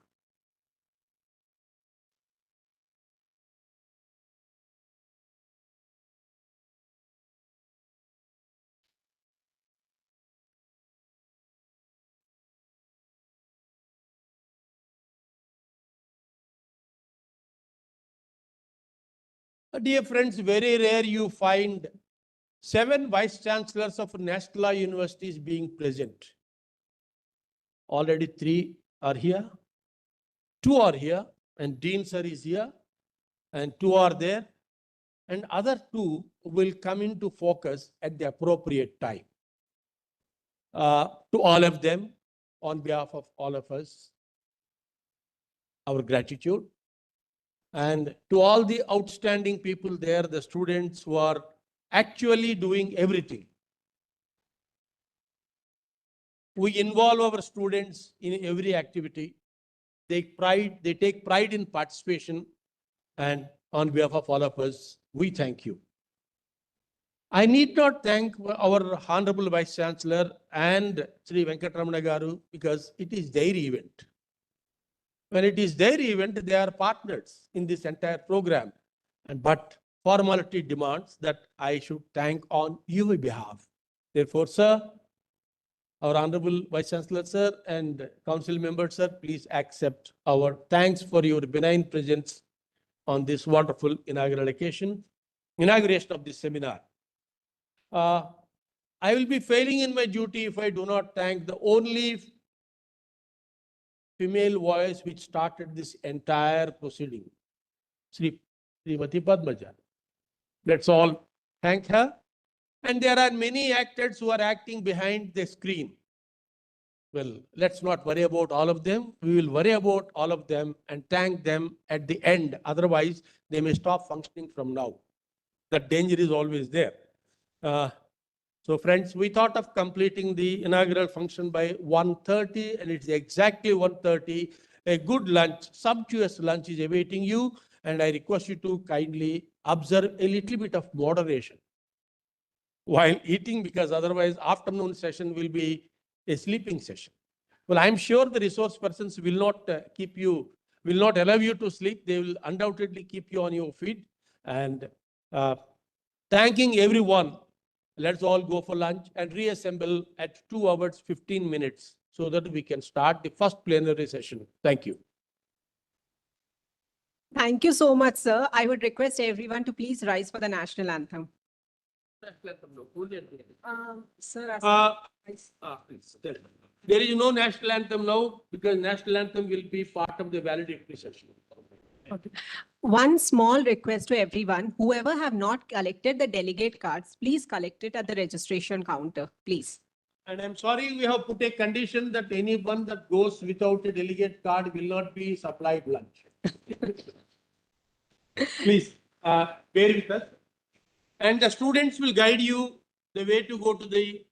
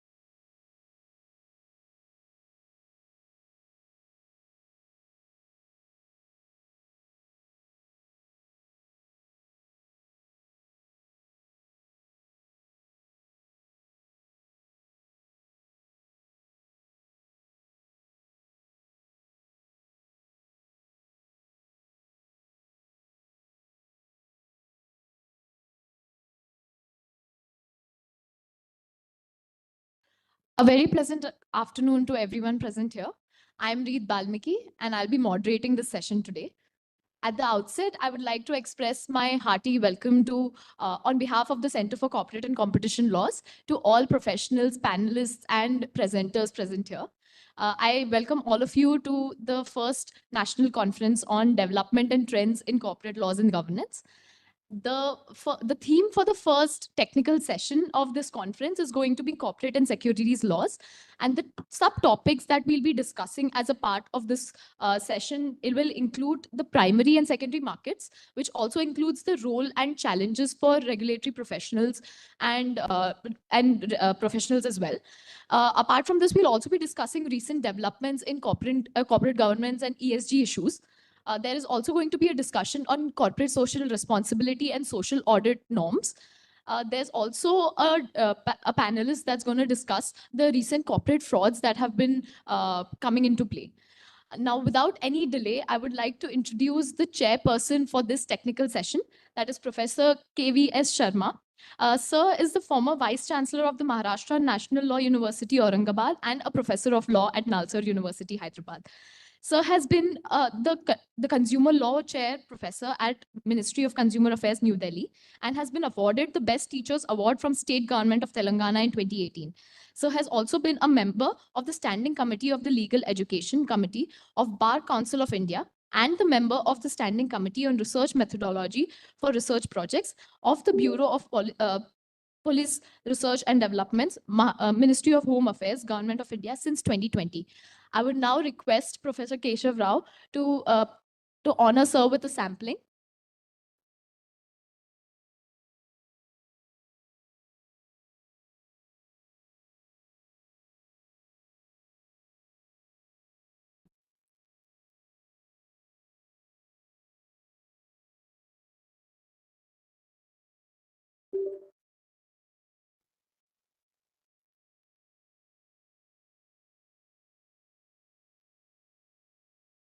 Thank you so much, sir. I would now invite the panelists for the session. The first panelist is CS Pradeep Ramakrishnan. Sir is a graduate in commerce and a member of ICSI. He has Sir, I invite you to do this, sir. Sir is a graduate in commerce and a member of ICSI. He has previously worked in the sectorial department of Madras Fertilizers Limited, Chennai, and Kothari Petrochemicals Limited, Chennai. He has later joined SEBI head office Mumbai in Feb 2002 with the primary market department. He also worked with the Southern Regional Office of SEBI from 2008 to 2015 and the corporate finance department and SEBI in charge of issue listing, compliance and monitoring from 2015 to 2020. Sir has also presently been playing the role of GM at Department of Debt and Hybrid Securities at SEBI Mumbai. I again request Professor Keshav Rao to honor Sir with a sampling.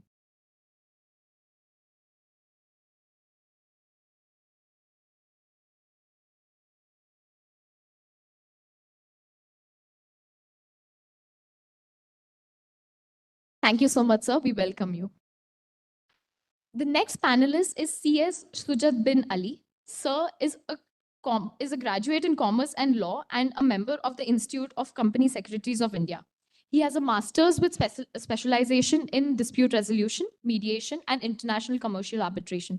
Sir has a rich experience of 22 years in corporate legal experience, having served as a graduate in commerce and law, fellow member of ICSI, and with a master's of law and specialization. He has also been recognized as India's finest in-house counsels by Indian Corporate Counsel Association, supported by Ministry of Commerce, Ministry of Law and Justice, Government of India, and has also been named as one of top 100 general counsels in India by Legal500.com in years 2016 and 2018. Sir has also been awarded the awarded Young Achiever Award, top 40 young lawyers under the age of 40. Sir currently serves as the General Counsel and Chief Compliance Officer for Ray Sustainability Limited and leads the global legal and compliance corporate governance sectorial function. I would request Professor Keshav Rao to honor Sir with a sampling.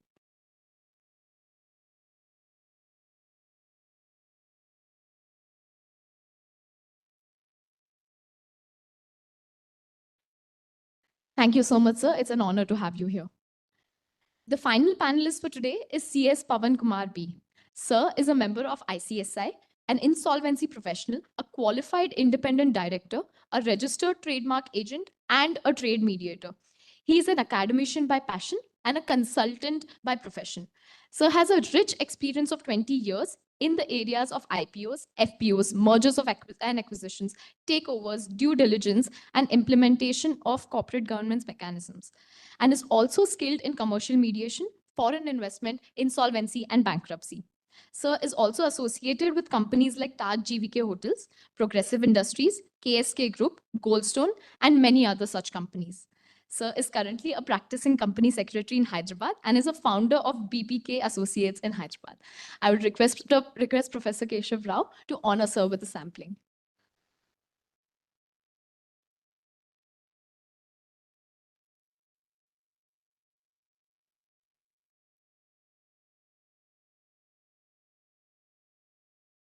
Thank you so much, sir. With this, I would now invite the chairperson and hand over the proceedings for today. Thank you so much.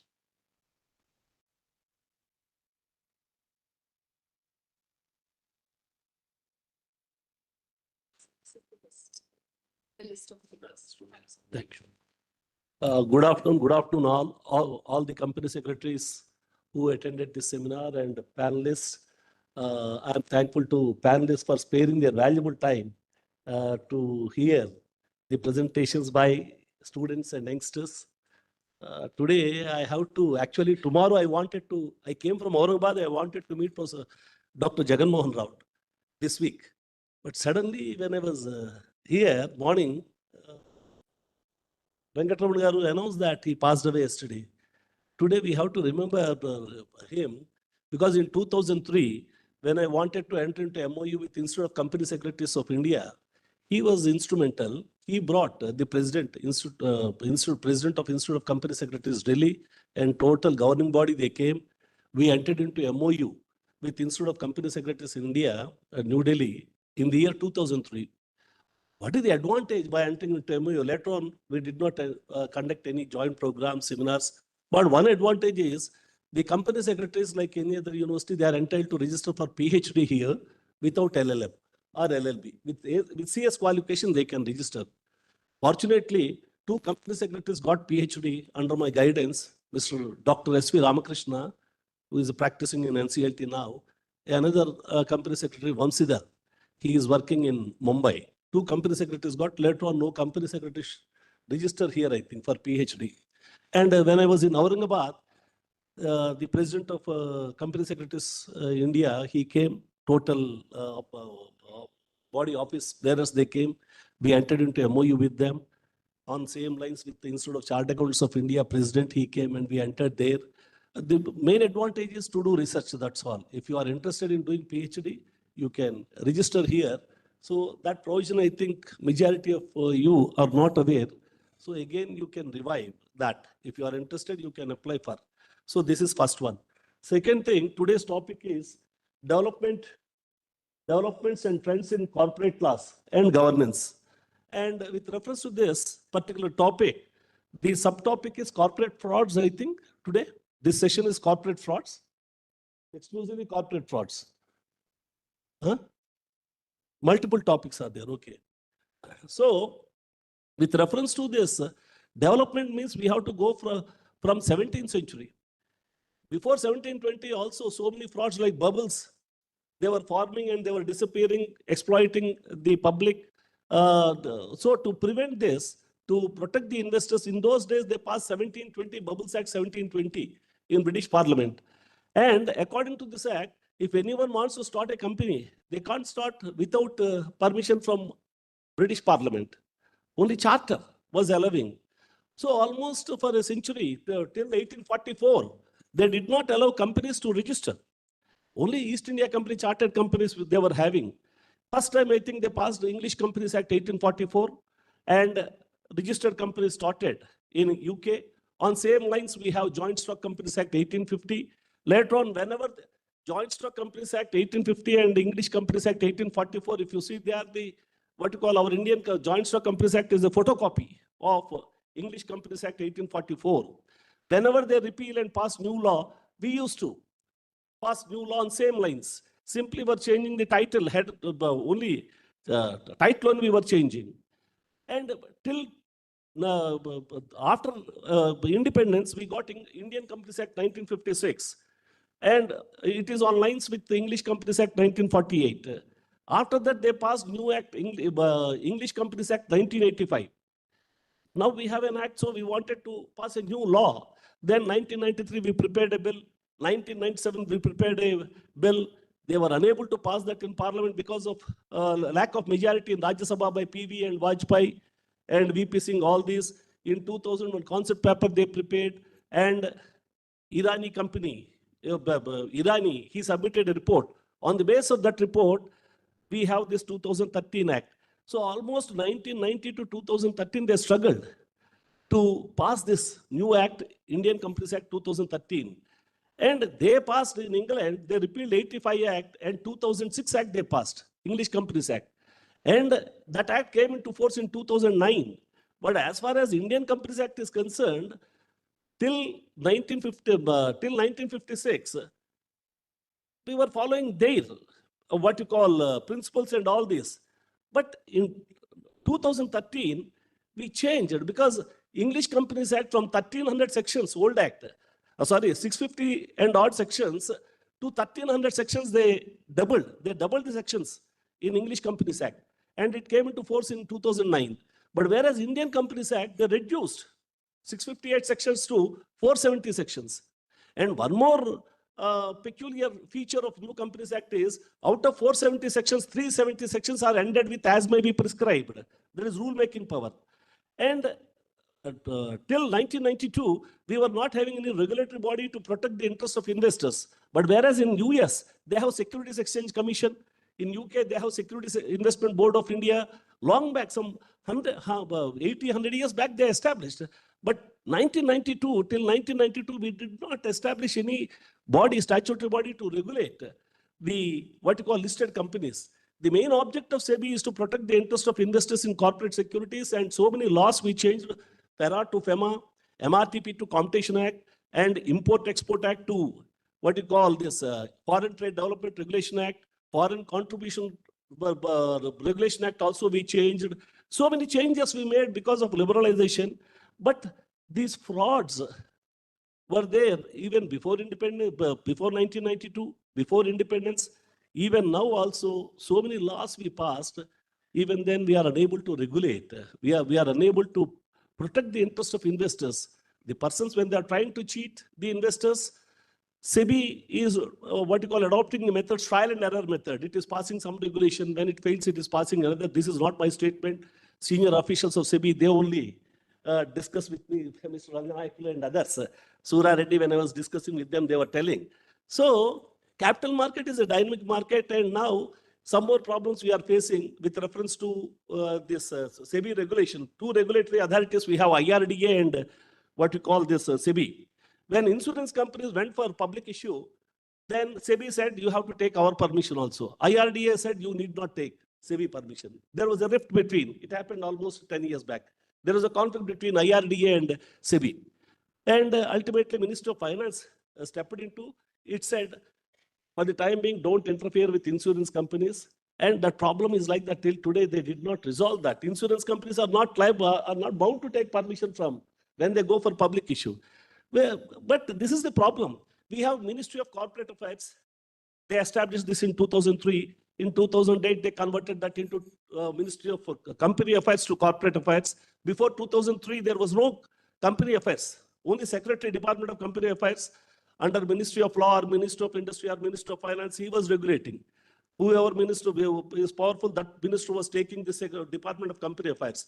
But in 2003, Ministry of Company Affairs, they established Premjit Gupta, Minister for State. Then 2008, they converted that into Ministry of Corporate Affairs. The problem even today, Ministry of Corporate Affairs is regulating all companies, public and private. But as far as SEBI is concerned, it is attached to Ministry of Finance. Listed companies, Ministry of Finance is regulating. So there is a, what you call, some sort of ambiguity is there when Ministry of Corporate Affairs may pass some Ministry of Finance may pass some. Whether there is coherence is there or not, this is the comment made by ministry officials also some time back in their private discussions. So better to give total power to Ministry of Corporate Affairs in order to avoid IRDA, no problem, but SEBI should be attached to Ministry of Corporate Affairs so that smooth administration will be there. I think I should not take more time. More time should be given to panelists. I thank the organizers for giving this opportunity. Thank you one and all.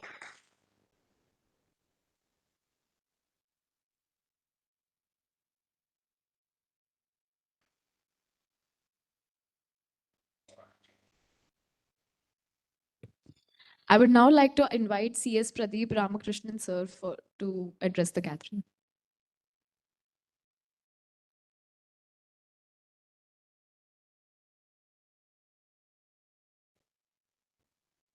Good afternoon, everyone.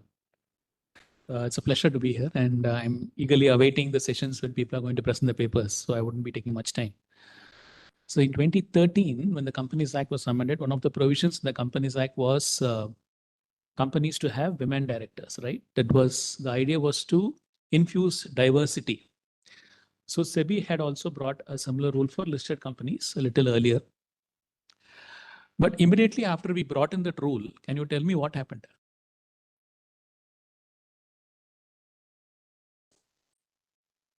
What would have happened? Exactly. So you had their own brother, their sisters, their wives, and relatives and girlfriends on the boards of companies.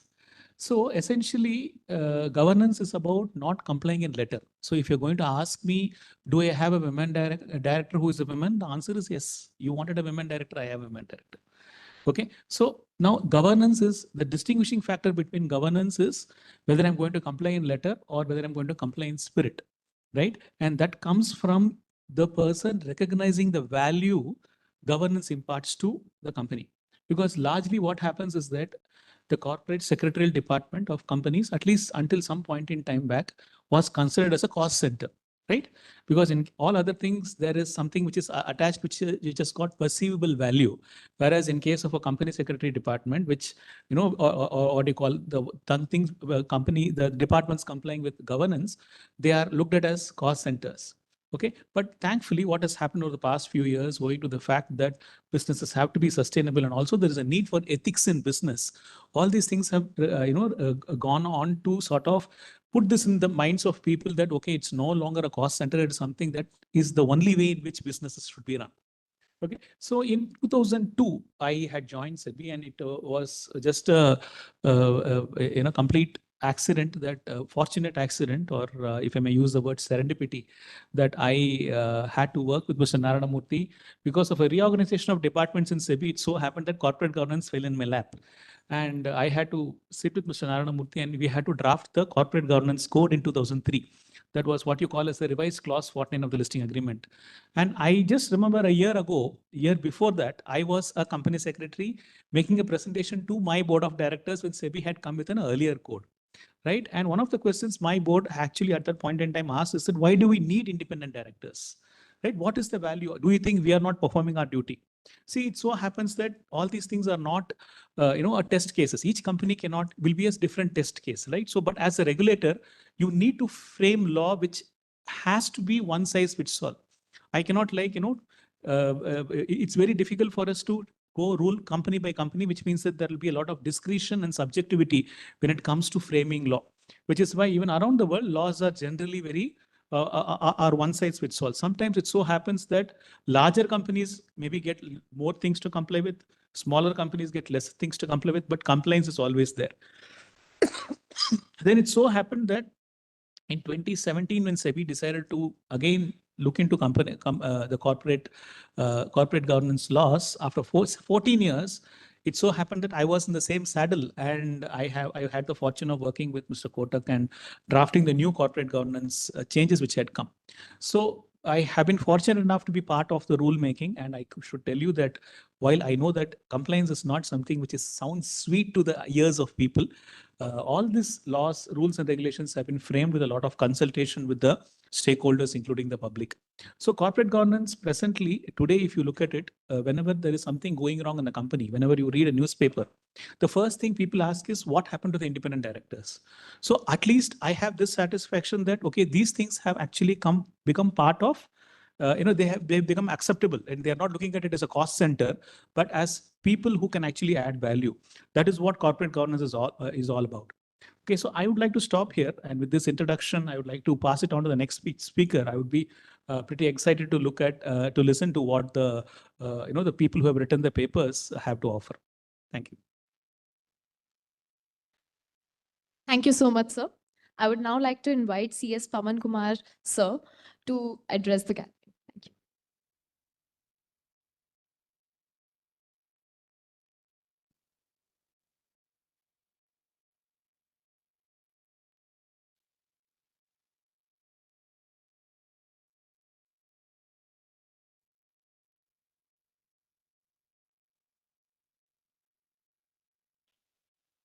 Very good afternoon, ladies and gentlemen. As a company secretary, to stand here and talk about the most important topic called as corporate laws and securities laws, it gives me immense pleasure. As company secretaries, I think most of us agree when I say that we are surviving as professionals because of corporate laws and securities laws, and we are making a great livelihood. Nobody will disagree with me. I'm sure this is agreed. Though we have moved a long way from 1956 to 2013, we made quite a bit of changes in Companies Act and securities laws. There's, I think, a lot more still to be done, which is yet to come. I have some suggestions, which I will discuss eventually. And as Mr. Pradeep Ramakrishnan was talking about SEBI, I think SEBI is doing phenomenal role. It has done great job. We have seen that recently in the Sahara's case and onwards. Many cases, how SEBI has been impactful, how it is regulating markets, very evident from the growing markets, from the rising, roaring markets rather, which are at 70,000 points today. I'll just go forward. Generally, when we said being a regulator, how difficult is it to be a regulator in India? It's very challenging. There are many reasons why it is so challenging. Number one, huge investor base. Every year we are adding new investors to the market who are very naive, basically. They don't know what is happening in the market. There are big bulls standing, pulling the markets towards one side, and you're receiving WhatsApp messages, you're receiving social media messages on where to invest, where not to invest. And we are all falling prey for that. So how do we control this kind of falling prey into the market, and what should the regulator do is very challenging for them. As we see foreign influence in the market, we are also talking about judiciary intervention. Whenever we are talking about some action, some investigation against somebody, recently also we have seen even in the case of Adani's, the matter had to go to Supreme Court, judicial intervention for some time, matters were stalled, and then it started moving forward. So these are the challenges. In spite of all these challenges, I think SEBI is doing phenomenal role. We should appreciate there. And somebody was talking about opportunities. Just to highlight what opportunities we had many opportunities under corporate laws and securities laws. Starting with M&As, we have takeovers, compliance audits. Many of these are giving phenomenal revenues to company secretaries and also a lot of other professionals, especially lawyers are doing great job in terms of M&As and takeovers, etc. Then under securities laws, we have IPOs, FPOs, listing, delisting, disclosures, reporting, and representations are giving great opportunities to all of us. But in spite of all of that, we have some changes that we are expecting, especially in terms of private companies and public companies. Those which are not listed are put to too much of trouble in terms of compliance. Though we are talking about ease of doing business, I'm sure all of us know, where does India stand in terms of ease of doing business? Any clue? There are about 140 countries which are promoting business and talking about ease of doing business in the country. What is the rating of India in terms of ease of doing business? We are standing in 62nd position all over the world when we talk about ease of doing business. So that means we are making business so very difficult in India. Why are we doing that? Because we have a Companies Act, which is 455 sections, enormous number of compliances. So how can we reduce that, make the business more easier in India? I have few suggestions, especially when it comes to private companies, things like related party transactions. I'm seeing companies where there are wife and husband who floated a company, and then there is a son who's becoming a CEO. And this is going to be a related party transaction. We need to do a lot of disclosures. Point is, who's disclosing where and why? It's a small family which is conducting a business, and we are talking about enormous number of disclosures. I think these can be reduced substantially. There's also something called as loans to directors, which is absolutely prohibited in any company. I think for private company, if I have invested my own money in the company and I'm taking loan from my own company, there should not be any prohibition. So things like this can be liberalized. There can be a lot more changes expected in this side. Intercorporate investments can be liberalized. Again, we talk about disclosures in annual report. I'm sure all companies, secretaries agree here. Lot of disclosures in annual report. Why do we need that if it's a private company? Then additional filing fee for delayed filing. If you're filing your annual returns delayed, every day you're going to pay 100 rupees extra filing fee. I think this can be reduced for private companies, smaller companies. We define smaller companies and accept the rebate in terms of initial filing. We are not giving any special concession to smaller companies. This can be kept in mind. We can do something there. Casual vacancy for appointment of an auditor. Wherever auditor has resigned, there's a casual vacancy caused. We are saying to fill that casual vacancy, you need a general meeting, which can be dispensed with. This kind of requirements may not be really necessary for a private company. Removal of auditor, one of the most important points. Whenever we talk about removal of auditor, we are saying we need regulatory approval. That is, we need to get an approval from central government to remove my own auditor. Especially in the case of private company, I don't think we can really ask this kind of compliances. You can liberalize that. Private companies should have liberty to have the auditor whenever they want, and maybe they can remove them. Unless you're a listed company where public interest is involved, these kind of things can be simplified is my suggestion. In terms of public companies again, retirement of directors by rotation. Why would we have to have a retirement by rotation every year? If they are there forever in a public company where there are 10 shareholders and 4 or 5 directors, if they continue to remain there, it's not going to do any harm. I don't find any logic behind having retirement by rotation for public companies. This can be dispensed with maybe. Then we have a deposit of 1 lakh rupees. If you're proposing a director in a public company, you should deposit 1 lakh rupees as a nominee guy. So I don't think this is required in case of a public company. Maybe we can reconsider that, unless it's a listed company again. We can look at CSR, which is currently 2% flat for every kind of a company. Maybe that can be thought of as a slab-based CSR spending rather than flat 2% for every company. Then casual vacancy of auditor here we've already discussed. Limits on managerial remuneration. What we are doing in law is, the moment you are a public company, you are subjected to a lot more compliances than a private company. But in fact, if you look at public versus private company, there is no big difference. There is a small family which is just running a public company for the sake of it, but there is no public exposure. When there is no public exposure, I don't think we need to really have this kind of stringent conditions on them. Maybe we can connect compliance with large public exposure, not with the very nature of the company called as a public company. Then we talk about restriction on sale of assets under section 180. I don't think in case of public company, this is also very relevant. So we can look into that, relax maybe.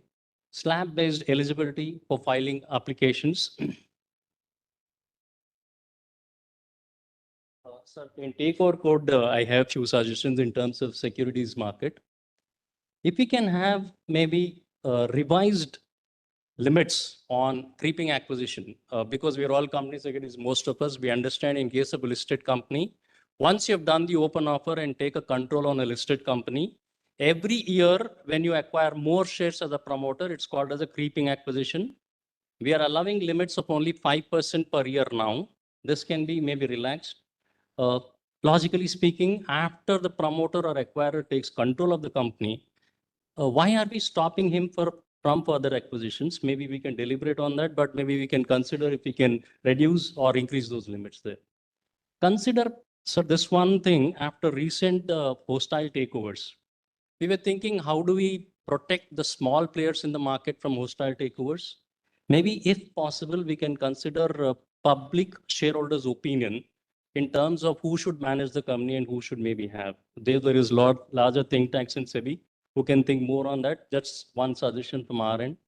Also, fast track takeover process can be introduced in case of smaller takeovers. This is one recommendation. Some in LODR again. Maybe just like we are having a limited review on the financial statements, we can also have a limited review on governance, because we are seeing most of the times governance is a lapse. And governance lapses are coming to the foray only at the end of financial year. But if we have a limited review on governance as well, on a frequent basis, it can help us do a lot. And one more important thing, sir, as we're all going green, maybe the newspaper publication of financial results can be dispensed away. It's becoming very expensive and tedious. Last one, sorry. Perfect. The last one is maybe incentivize better governance and discount listing fee for them if we find them extremely good in corporate governance is one recommendation. Again, on corporate governance and in terms of ESG, which is a new term, most of us, I'm sure, will have to educate ourselves a lot because it's a deep knowledge factor. So therefore, I'm probably thinking that if there is some training and testing on ESG aspects and how to understand them, how to report them. Otherwise, what will happen is this will be owned by only few firms and they will take care of the reporting structure, and a common man or a normal professional will not be allowed into the market. So to equip them to come into the market and catch the opportunities, it is better to have some training and testing on ESG as well in terms of reporting also. Then we talk about ESG audit. Of course, it is there as an assurance. If it can be streamlined and called as who should be eligible to do the audit, it will be better. Incentivize those who pass the audit and give them some concessions. In CSR, I have some recommendations because as far as CSR is concerned, I don't think it makes sense to talk again all about CSR. I'm straight away coming to what recommendations I have in my mind.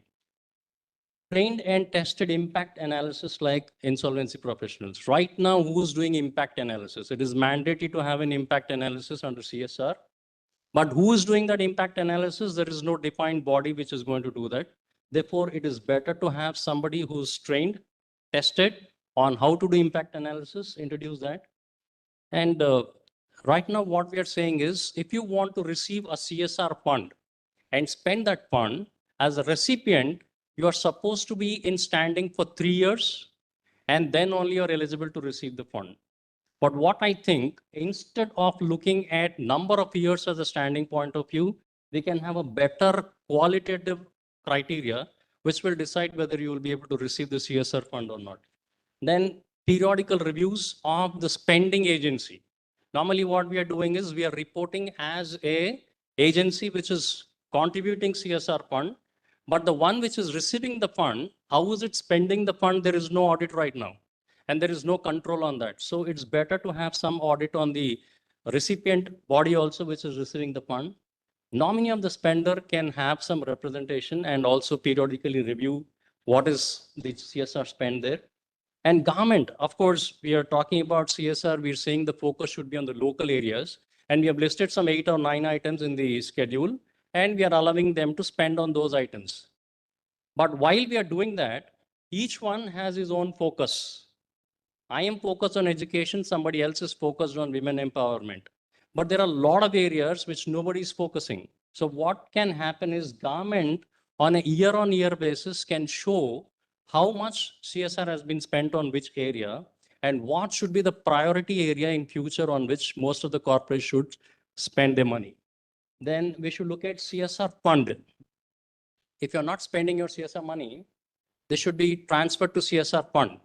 But how was the CSR fund spent? And IEPF, there is no public representation on that. Maybe if allowed in future, you should have professional bodies or industry organizations having their representatives on IEPF and CSR funds. This is one recommendation from my end. See lapse of governance many places. So some more suggestions on how do we improve governance. Training on governance to directors before an IPO. We are saying anybody, everybody can come and do IPO if you meet the eligibility criteria. And compliance is left to the company secretary. Boss, you take care of the compliance. When we talk about governance to the promoters and the entrepreneurs, they have no clue what governance is. So can we have some pre-IPO training to these directors on what is corporate governance and how do we adhere to that governance? Then regulator nominated auditor for governance. I don't think we have any such policy right now. So if we think in future that if I have lapses in my corporate governance, I will have a nominee from SEBI and coming and sitting on my board, or if I have a SEBI nominated auditor who's going to frequently audit my accounts and financial statements, or at least the governance, there is going to be immense respect for corporate governance. I'm sure this will bring in a change. So that is one point that we can consider. So as you said, women empowerment again. Women empowerment is a fantastic thing. I totally agree that women should be empowered. But let's go one step forward.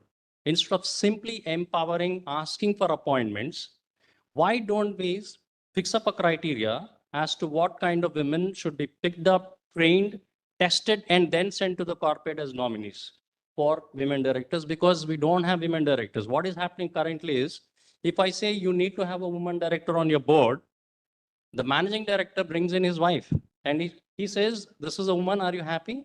Please make her the director. So we're not making any great change to the story. So if you really want to make great change to the story, empower women, but before them, enlighten them. So these are some changes that I have in mind. Thank you so much for a patient hearing. Let's see how we can help those. Thank you so much, sir. Finally, I would like to call CS Sujat bin Ali, sir, for to deliver his address. Thank you so much.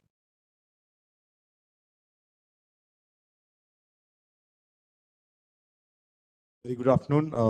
Thanks ICS and Nalsar for this opportunity. I think we have a very mixed audience. We have company secretaries, we have academicians, we have students. So I think I am going to dwell over a topic which Dr. Harpreet Kaur very nicely introduced on ESG and sustainability. So I'll just try to elaborate some concepts, some interplay of ESG and other topics. And more importantly, the takeaway would be the role of the academicians and also the role of the professionals as to how they can work on this and what are the opportunities. So I always used to share this particular story, of my family, and I have a son who is 13-year-old, and his constant demand to me is, when are you shifting your car to electric vehicle? That is the constant topic which he keeps chasing me. And my daughter, who is 8-year-old, I think she's so fanatic about the power consumption in the house. She always keeps an eye on the power consumption. And her latest, demand to me is that why not we change, the electric equipments to LEDs and all, which is less, power consumption. And of course, how can I forget my home minister, the CEO of the house, my wife? She keeps a tab on the whole, the waste management, whether it's dry waste, wet waste, and recycling, and all of that stuff. So when I see in my home, all these are simple examples, but this is all sustainability coming and being thrown upon me, and we keep discussing. And that also tells us the awareness of the current generation is significantly more on the sustainability. And of course, when I come to a company's standpoint, I work for a company called Sustainability, which is into environmental services and waste management. I just want to take 1 minute because it's a very important aspect. We actually collect the hazardous waste from all the companies and try to recycle, reuse. So there is no such thing like waste. You can always derive some resources, some fuels from these even hazardous waste as well. We also collect the waste from the municipal solid waste. That's a household waste.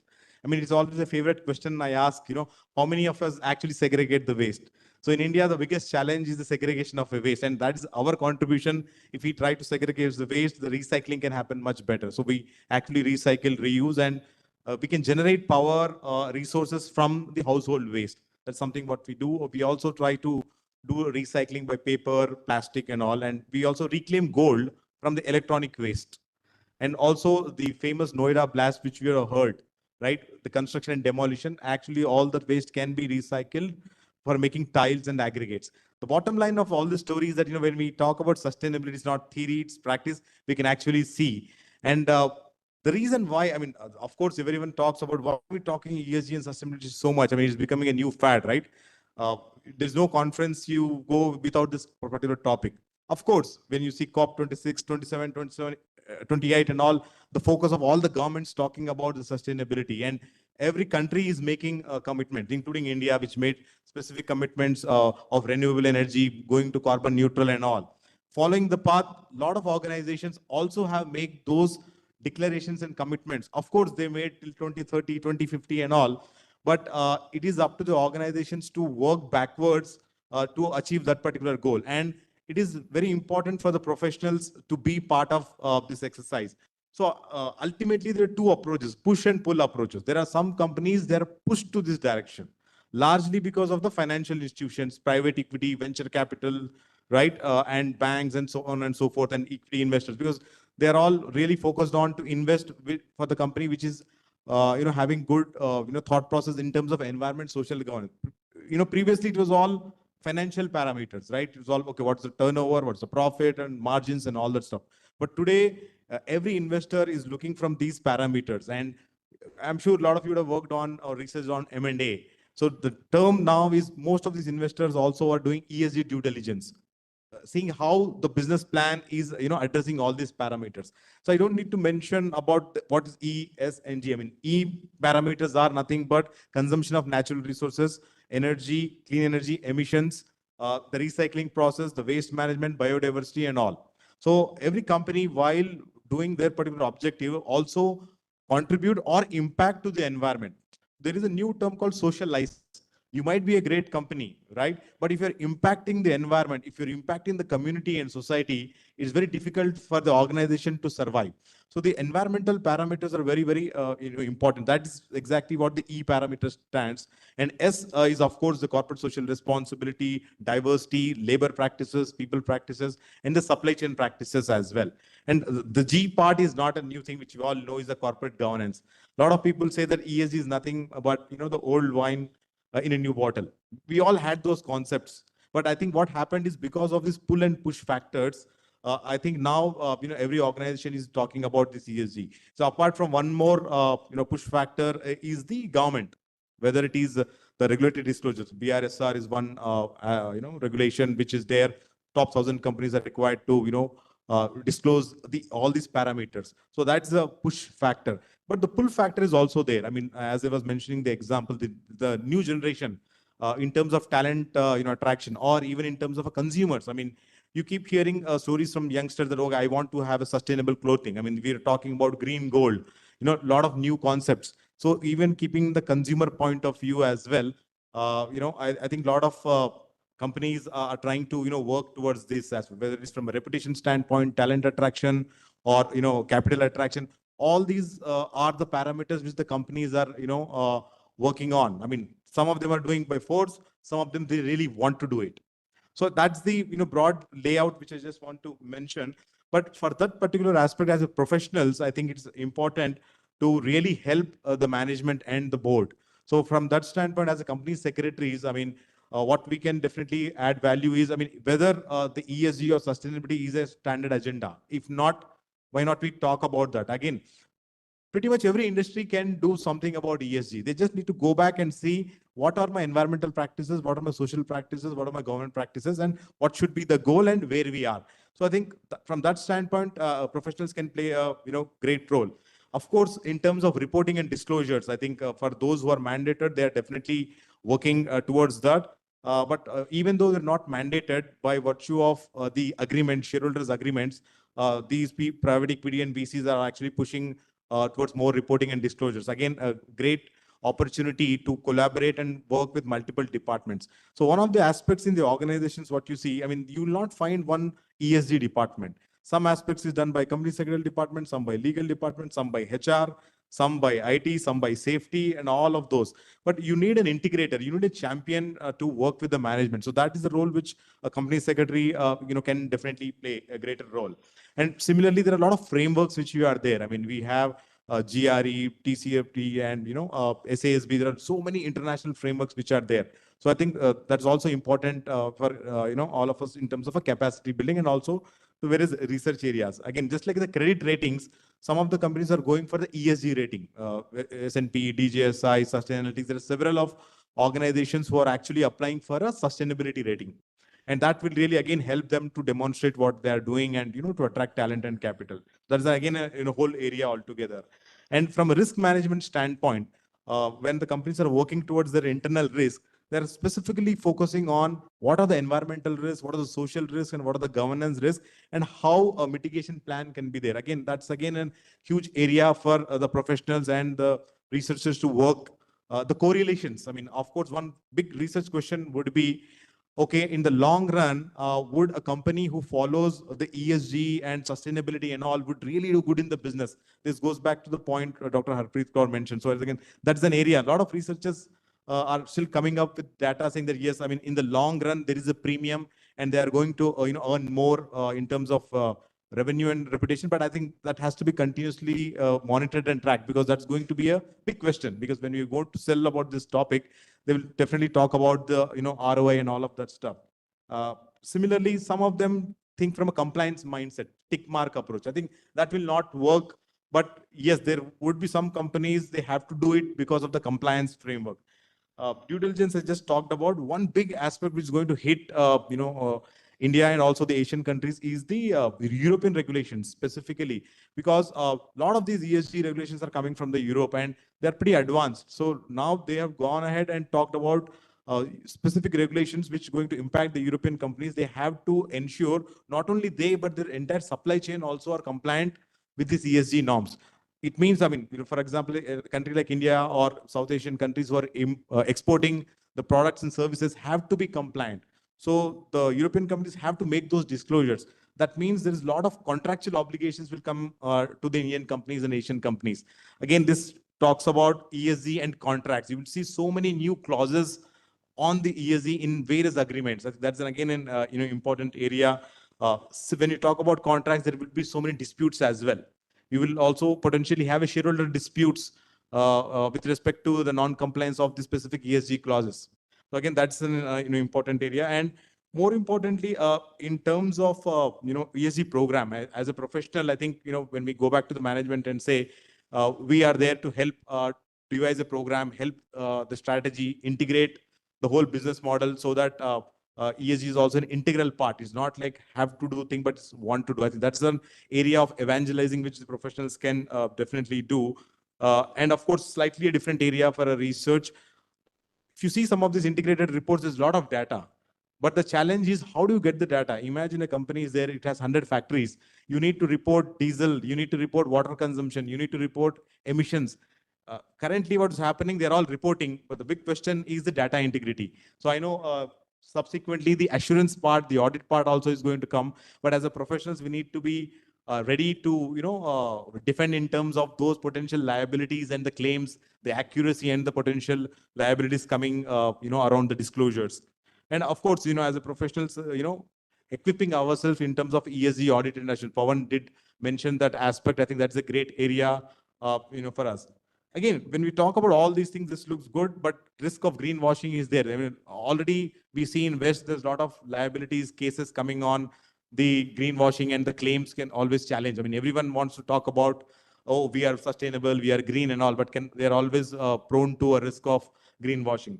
So having said this all, I think as a, academicians and professionals, I strongly believe all these aspects are a great areas in terms of research, because it is an evolving topic. So all these interplays are something which can be researched more, because when the research is more, then it will become so obvious. Even today, a lot of people can question, it's more of a fashion topic. We have to talk it because it's a good thing. But when they see the research, when they see the data, I think then it becomes more obvious, because all these things, what we talk about ultimately are the right thing to do.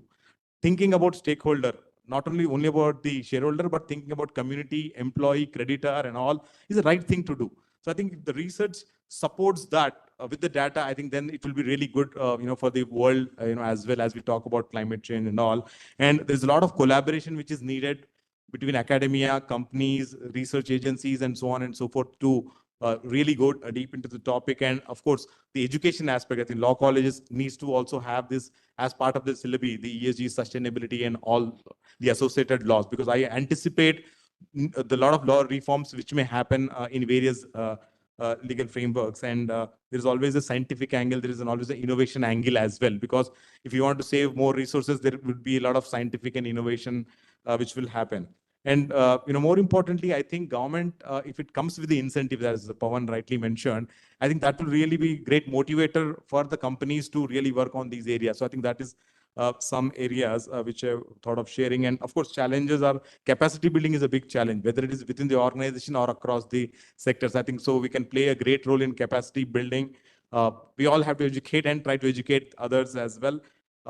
Instead of working in silos, working in a collaborated manner, and work towards technologies, and more importantly helping the small and medium enterprises, because they are the ones who will be challenged. If you go and ask them, do we have an ethics policy, do we have a bribery policy, do we have a human rights policy, safety policy, these are all the questions they have been bombarded today by the companies who want to follow. So that's again a big area of support which professionals can do, and again a great research area. So I think I just want to end here as to mention that these are all very interesting topics for both academicians in terms of capacity building and research, and also for the professionals to enhance their role in the organization, whether in employment or in practice. Thank you so much. Thank you so much, sir. After a round of insightful addresses by our panelists, we now move on to the paper presentations. The prescribed time for the paper presentation is 5 minutes, extendable by a maximum of 2 minutes. And I request all presenters to adhere to the time limit so that everyone has adequate time to present their paper. With this, I would invite the first presenter of the day, Mr. A.V. Shyam Prasad, sir. Thank you.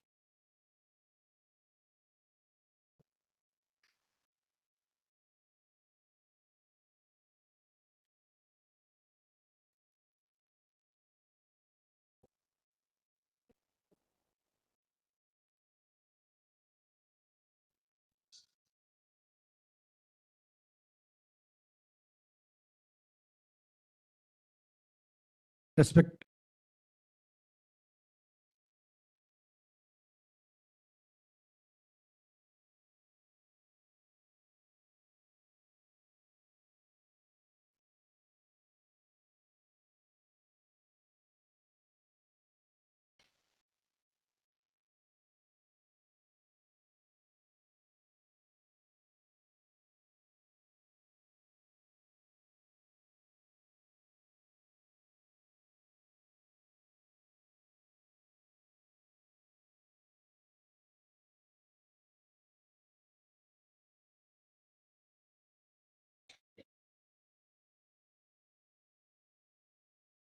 Respected Chairperson, Professor K.V.S. Sharma sir, Professor of Law, Nalsar, respected panelists, C.S. Pradeep Ramakrishnan sir, C.S. Sujit bin Ali sir, and C.S. Pawan Kumar sir. Good afternoon, Pranama sir. Good afternoon to all of you. It is a great privilege to me to share my views on the concept of corporate governance from a jurisprudential perception. It is a great privilege to me to stand in the presence of Guru of Corporate Law, K.S. Sharma sir, and exemplary experts as panelists, and rich experienced professionals and young dynamic professionals.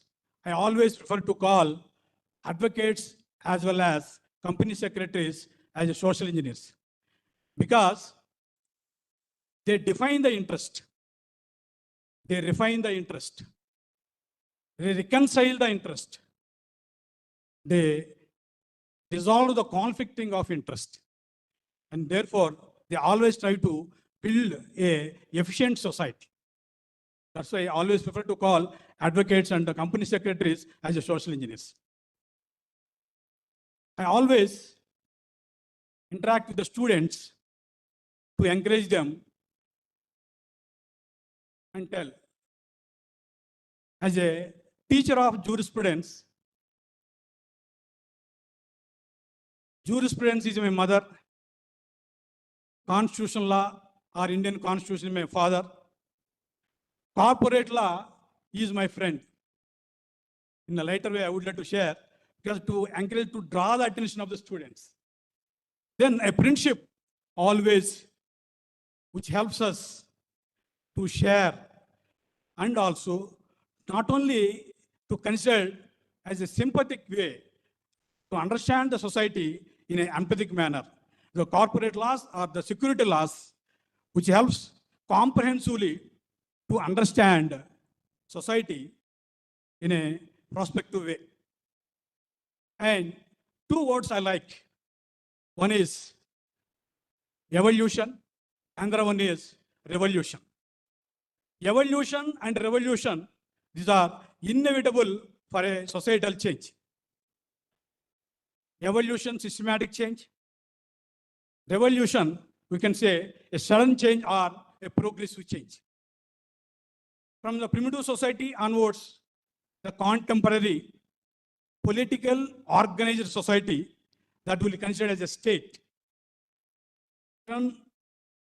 Through this evolutionary process, every stage, the society which has adopted the emerging issues for the purpose of existing of every individual, human being, as well as societal progress.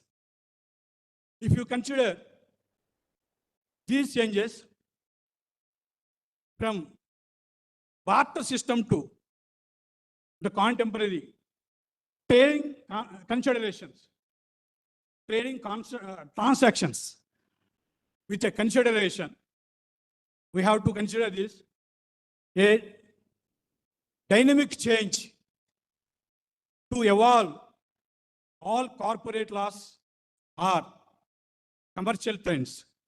Just in introduction, Sharma sir explained about evolution of company law,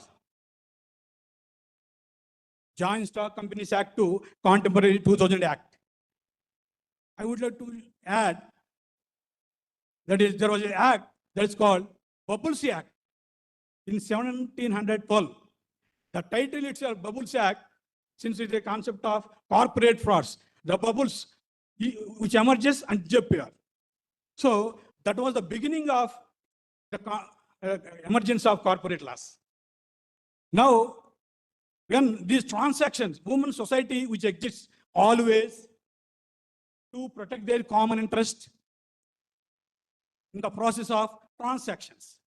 These transactions, initially in the form of barter system, later trading transactions, then over a period, these transactions which have been emerged with a new concept of business.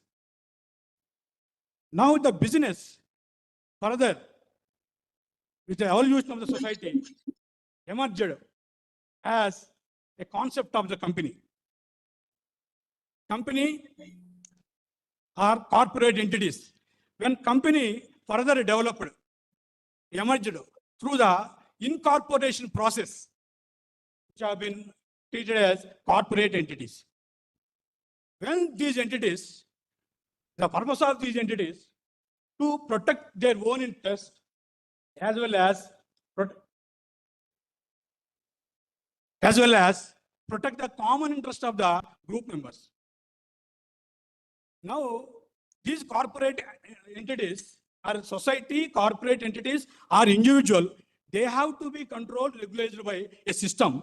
So system is called governance. In human evolution, the societal evolution, the governance also evolved from these stages. From the stage of no governance, governance, good governance, and contemporary e-governance. E-governance, we can say effective governance or electronic governance. The stage of no governance, the society, which was in a primitive society, as an unorganized society. When the society governance stage to non-governance to governance stage, that is the indication that governance under the concept of rule of law. Historically, the concept of rule of law, which came into existence on 15 June 1215 with the concept of Magna Carta. Magna Carta, which predominantly laid down the concept of rule of law. Then governance to good governance, the rule of law or Magna Carta, which reveals legally two important aspects. One is, before Magna Carta, the society was Rex is lex. That means king is law. After that, lex is lex. That means law is the king. That was a great transformation in human society with regard to the governance is concerned.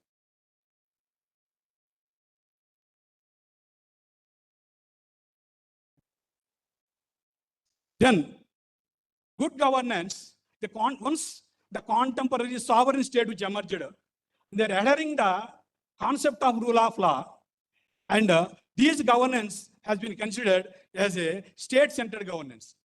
From that stage, the contemporary governance is effective governance, the transformation from state-centric to citizen-centric.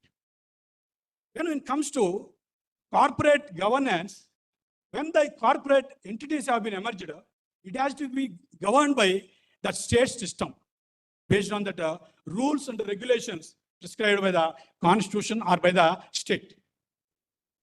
Now, when the purpose of the law, when any system, the society or any entity, human being as an entity or any business entity, the purpose of this entity is a legal entity or legal identity in the eye of law to enforce the laws.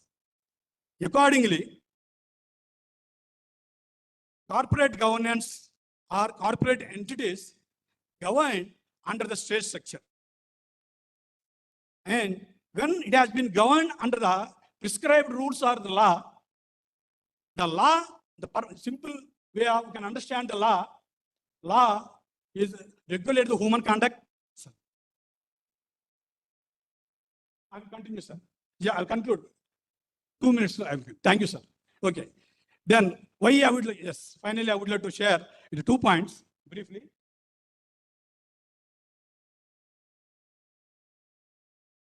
Okay. Why I would like to coin my topic, corporate governance, a social engineering. Governance is a systematic conduct or organizing, administer the things of corporate entities. In the process of administering the things of corporate entities, why haven't I coined a social engineering concept? And the law, just as I said, a law which regulated any system, when it speaks about the law, and theoretically, different philosophers, they understood the law as a instrument or historical aspect, like John Austin to sociological jurist, analytical, historical, philosophical, sociological way that strive to estimate the law and the purpose of the law.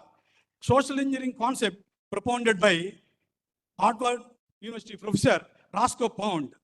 The purpose of social engineering, or the concept of social engineering, is maximum satisfaction of human wants with a minimum friction and waste.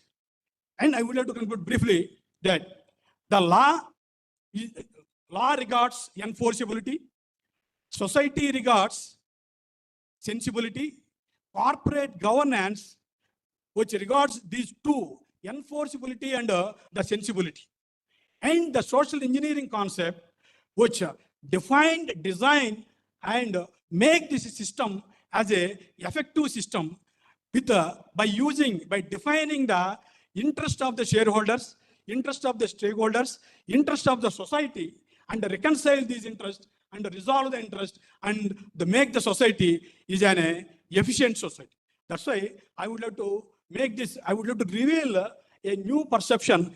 I strive to attempt to give a new perception with regard to the corporate governance from a jurisprudential way and coined social engineering. How far it is correct, sir can tell that. And thank you very much for giving this opportunity to share some of the observations with regard to corporate governance. Before that, I would like to add one point. That is my personal observation, personal view. Whether it's correct or not, I don't know. Always, we are hearing the praise of good corporate governance. I would like to share that there is no good corporate governance, there is no bad corporate governance. Whether governance is there or not. Because good or bad is a perception. Exactly, we cannot measure it. When the system which strictly adhere the norms, yes, there is a corporate governance. When not able to adhere these norms, there is no governance. That's why always don't prefix with good or bad. This is my observation and view. Thank you very much for giving this wonderful opportunity. Thank you all. Thank you so much, sir. For the presenters coming up, there is a reminder that is going to be displayed at 5 minutes and 7 minutes. Please wrap up within the next 15 seconds after 7 minutes up. Thank you so much. Next, we have Mr. A.N.S. Vijay, sir.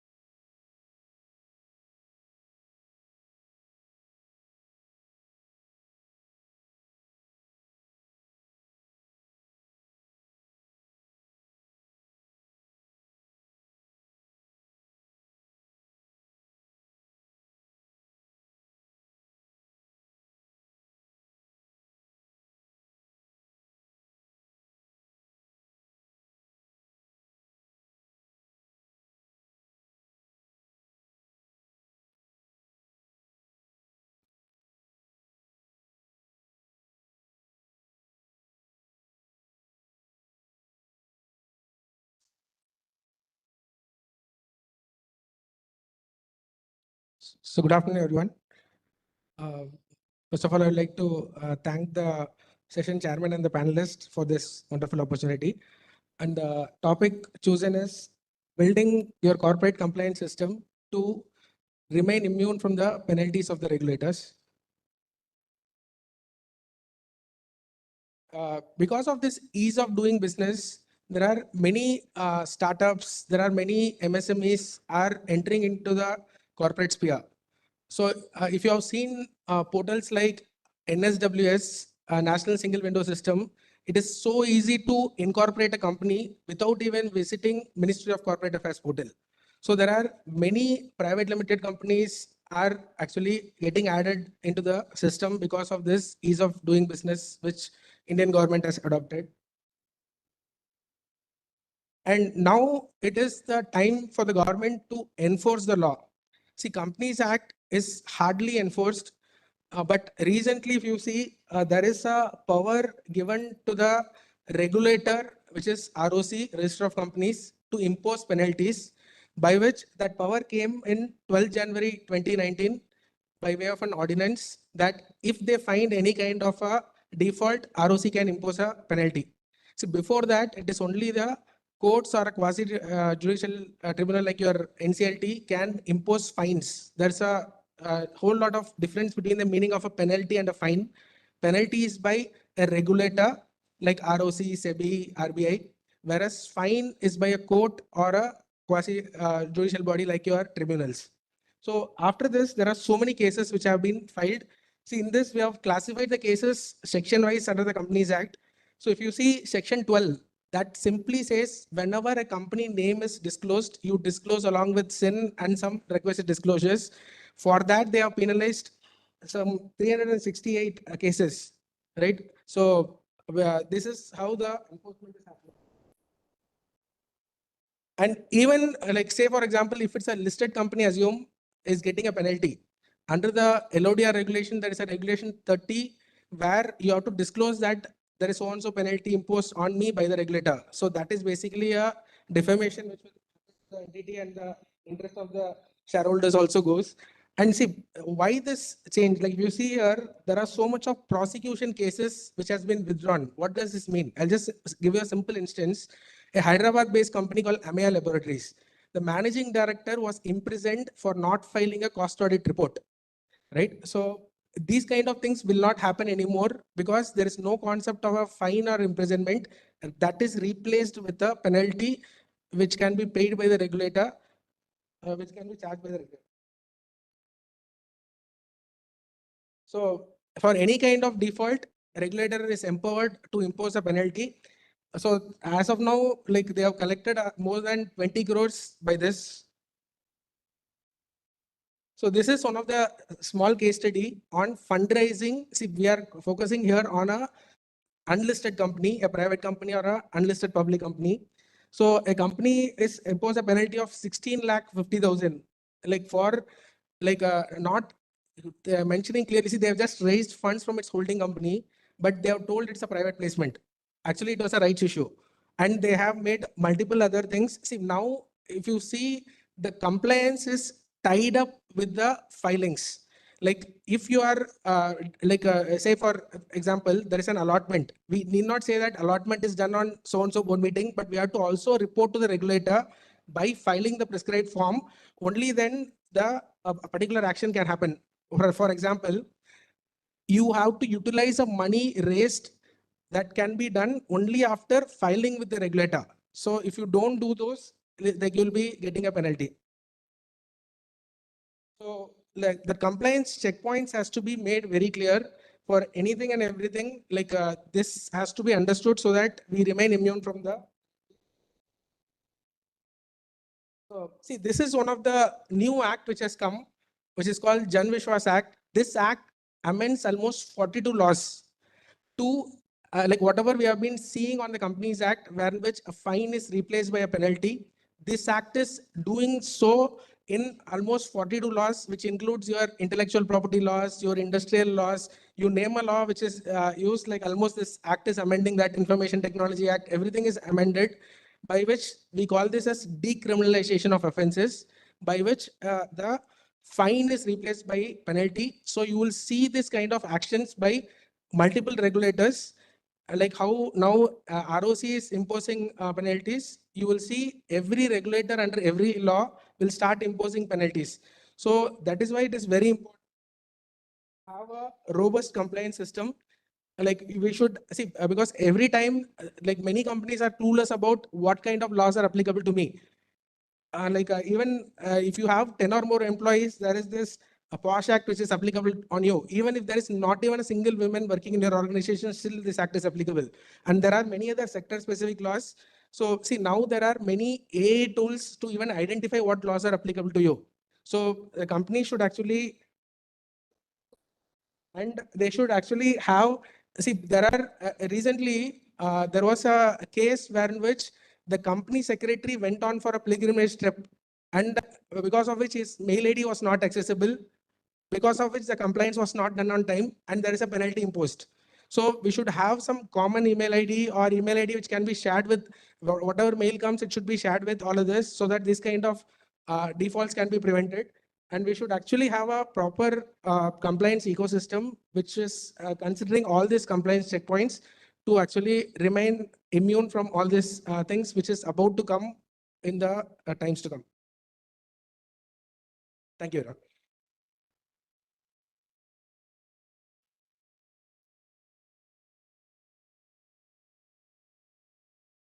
Thank you, sir. Next, we have Dr. Smita Shine and Advocate Shine P. Sasidhar.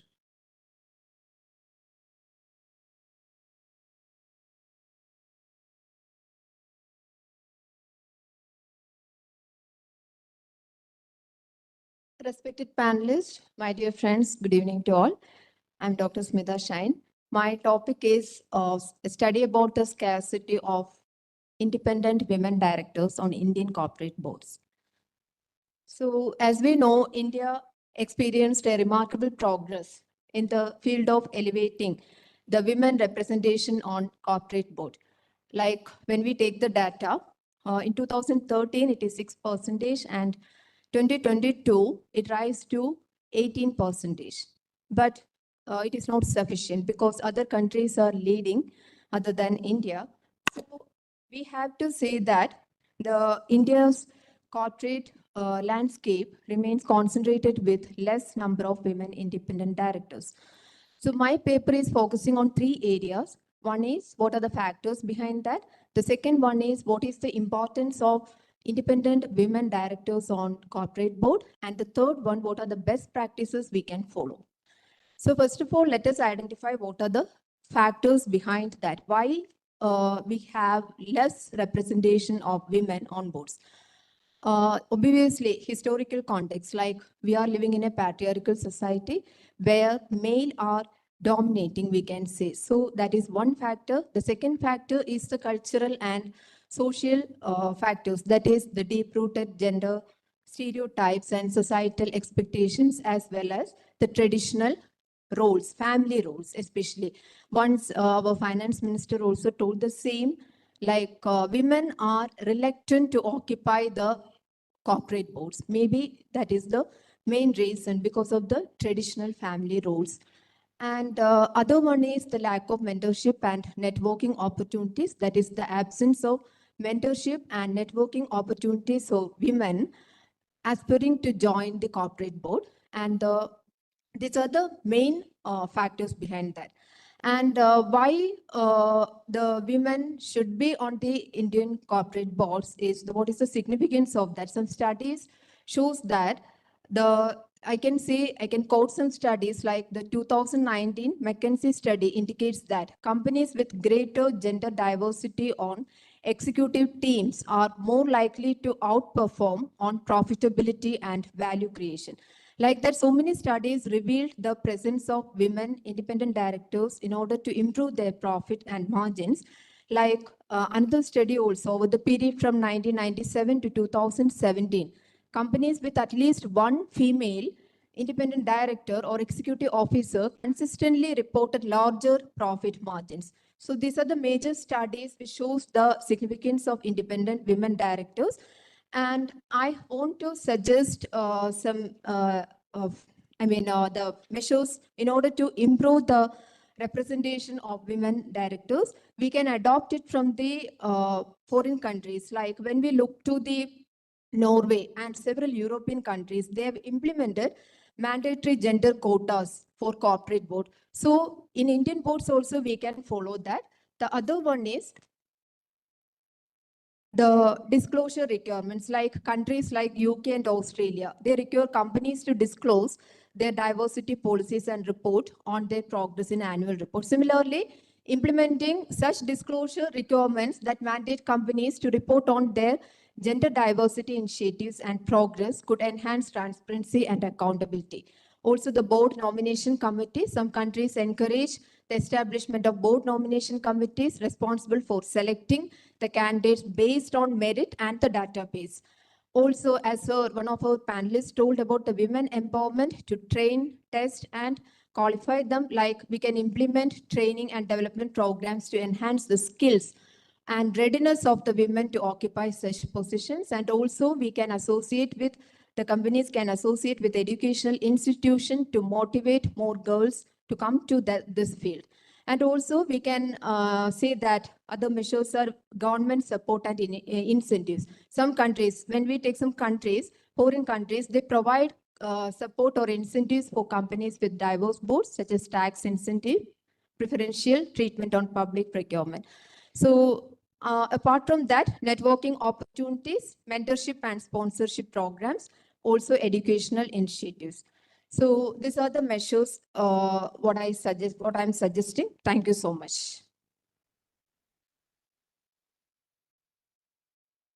Thank you, ma'am. Next, I would like to invite Mr. Modi Umang Kumar Champaklal to the dais.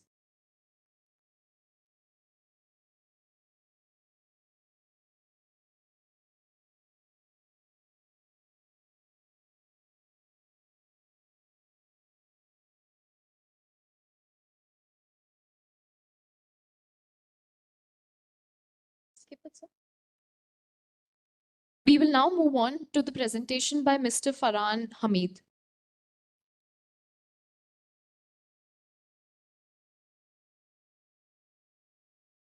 We next have Ms. Valluri Vishwanandham.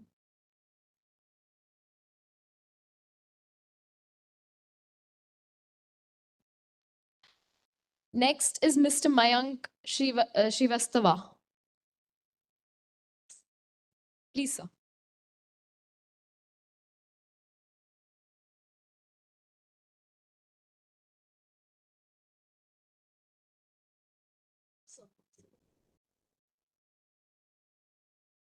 Would you like to present?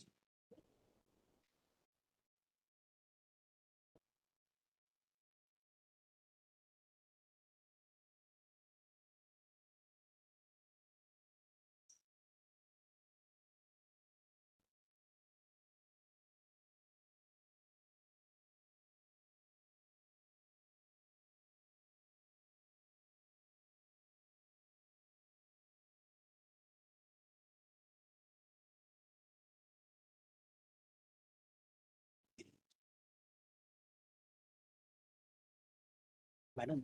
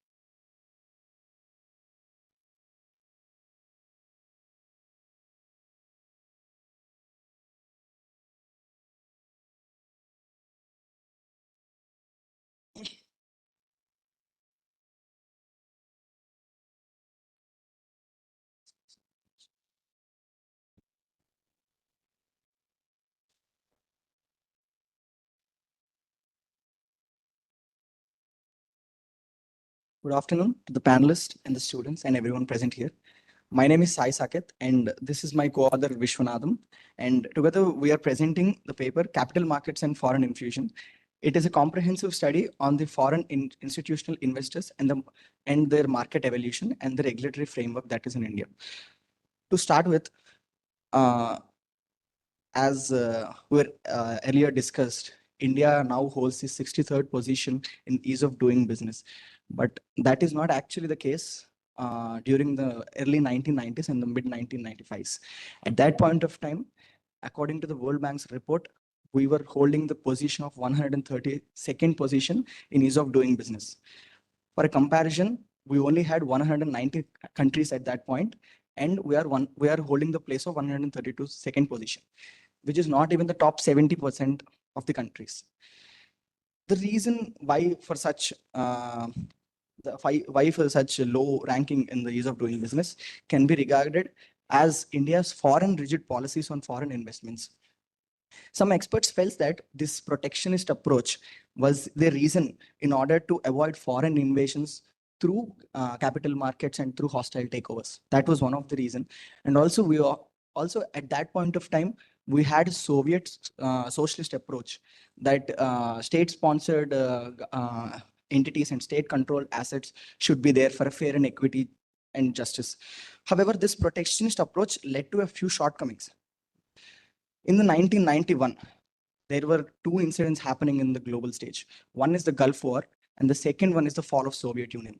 At that point of time, we have realized that the Soviet socialist approach is no longer helpful in creating a market-friendly country. And also in the Gulf War, we had a crisis in the balance of payments. It is because India is importing huge amounts of crude oil from both Russia and from the Gulf countries. At that point of time, the crude and the other imports such as jewelry and gold, they were increasing, and we didn't have the enough balance of payments to tackle with this. At that point of time, I understand that we are supposed to be apolitical at these kind of conferences, but however, it is worth mentioning the economic reforms that were given by Mr. P.V. Narasimha Rao at that time, he's the Prime Minister of India. In 1991, the economic reforms of liberalization, privatization, and globalization, these balance of payment crisis has created made us realize the importance of globalization and increasing our forex reserves. One of the approaches was known as this economic reforms of 1991, which led to the lifting of trade barriers. One of such reforms was allowing foreign institutional investors in India. Now, to talk about institutional investors are the kind of entities which pool in whole amount of money through individual investors. And there are two types of institutional investors. One is domestic institutional investor, and the second is foreign institutional investors. When the investor is not a citizen or not a company or not an organization that is practicing in India or not a citizen of India, then that entity is called as a foreign institutional investor. Now, at that point of time, in 1995, there were changes made to the SEBI regulations to the foreign institutional investors. It is known as the FII regulations of 1995. At that point of time, foreign institutional investors were encouraged to take part in the India's capital markets, and they had a few regulations to be given. One is submission of a certificate for application, which is one of that. Individuals and investors of foreign entities are prohibited from engaging in purchase and sale of securities as an FII unless they possess a certificate issued by the board, the Security Exchange Board of India. And the criteria for the board is discretionary, but it includes the track record of the bank, professional competence, experience, and whether the applicant was regulated by any foreign authority. Now, all investments were made through a portfolio investment scheme, which was given in the Schedule 3 of the FEMA Act, the Foreign Exchange and Management Act. Yes. Yes. Yes, that is, I mean, like we divided with the points, and yeah, I understand. Yes, sure. Yeah, sure. However, coming to the RBI guidelines on the limits, investments are made through portfolio investment schemes only, and the ceiling limit given for the foreign institutional investors is 24% of the paid up capital of the company, and it is only 20% in certain circumstances where the paid up capital of a company is a public sector bank, like State Bank of India.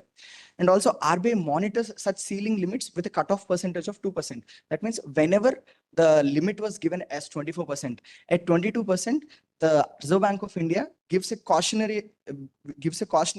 by approach to other banks in order, if any foreign institutional investors wants to buy or any securities in the point, they will be done through a caution by approach. And talking about the advantages of foreign institutional investor, it is very crude to believe that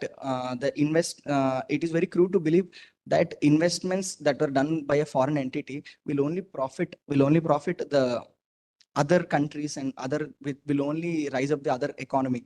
But it is very crude to think that what we feel in and what we presented in this paper is that we believe that increase in foreign institutional investors has given a rise and increase in the forex reserves, and it also increased the stock prices of capitals because huge amounts of money were being inserted and huge amount of money was being bought as securities. And this improved the India's economy by increasing the infrastructure. A recent example for that is the foreign institutional investments in the healthcare sector, where more than 50% of the stake of Manipal hospitals were being acquired by a Singapore investment firm. And also very renowned American investment firm Blackstone has acquired 78% of the care hospitals in India.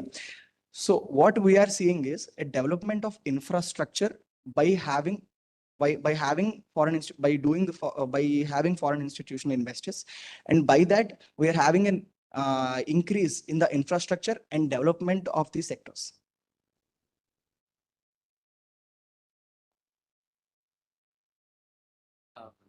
I would thank my co-presenter for presenting on the topic.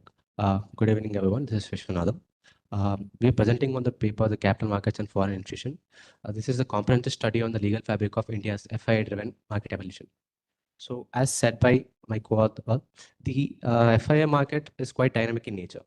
So on the other hand, the FII, which as a developing economy, we need FIIs for the development of the country. As they're not only bringing the capital, but they're also bringing their expertise. They're bringing a lot of factors involved. So it's not only about the capital, it's not only about the country, but a lot of factors involved in the growth of the FIIs in the country, and the growth of and the increase in FII statistics from last few years is indicator of that India's FI market is increasing rapidly. But there are risks. There are other types of risks which may FIs bring to the country. I would request the time of 2 minutes. Yeah.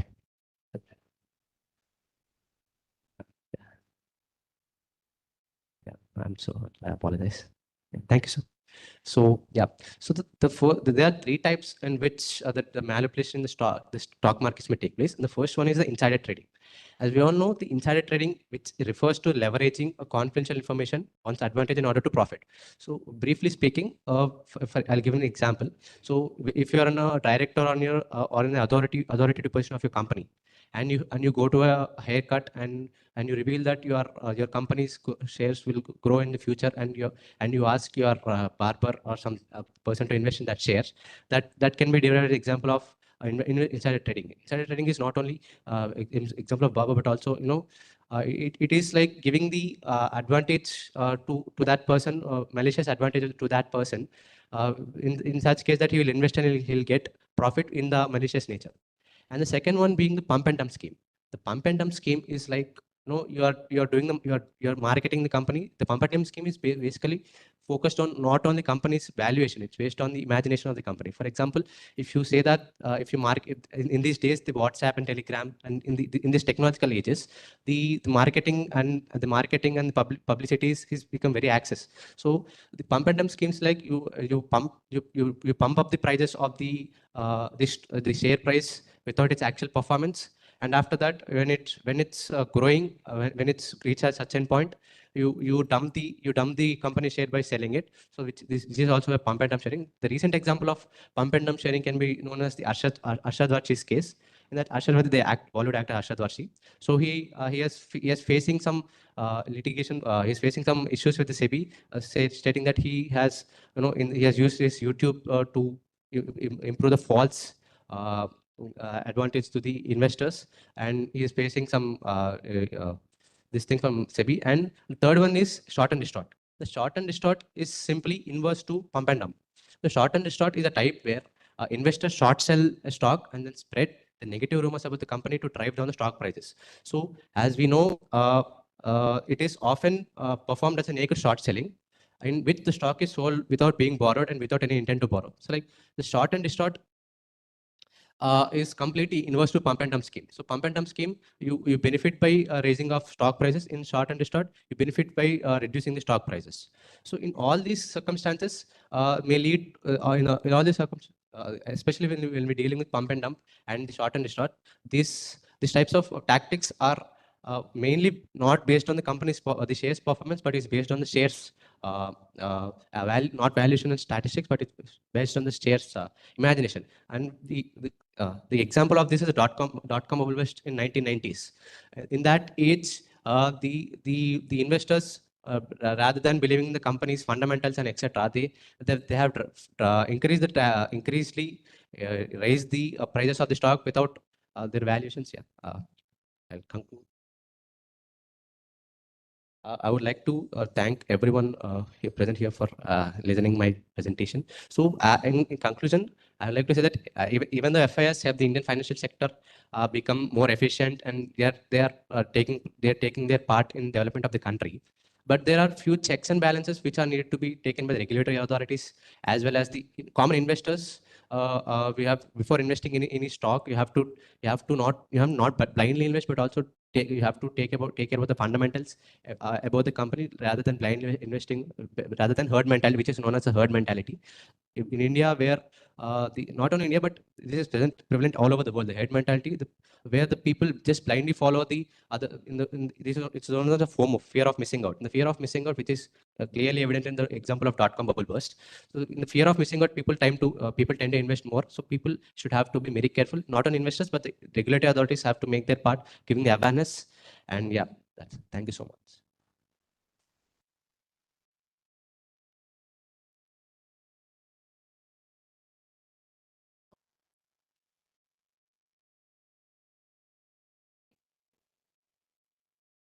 Okay,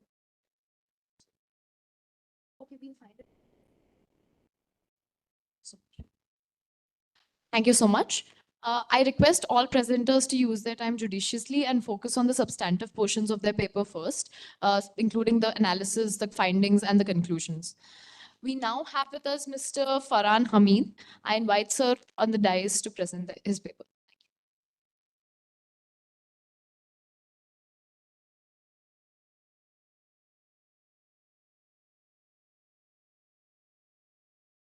Good afternoon, Chief Guest, panelist, CS Mr. Pradeep, Mr. Pawan, Mr. Sujat.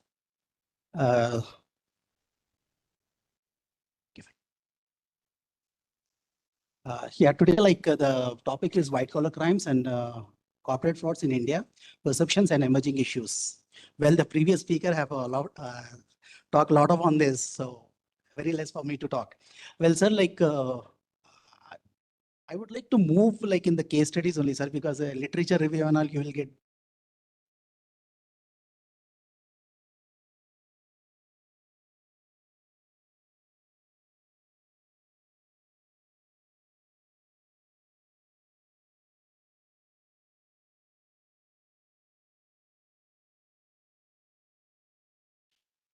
Well, sir, no session will close with Mr. Mehta. Like we have to discuss Mr. Mehta and everything, right? This is, we can say, in other words, a pre-SEBI and post-SEBI.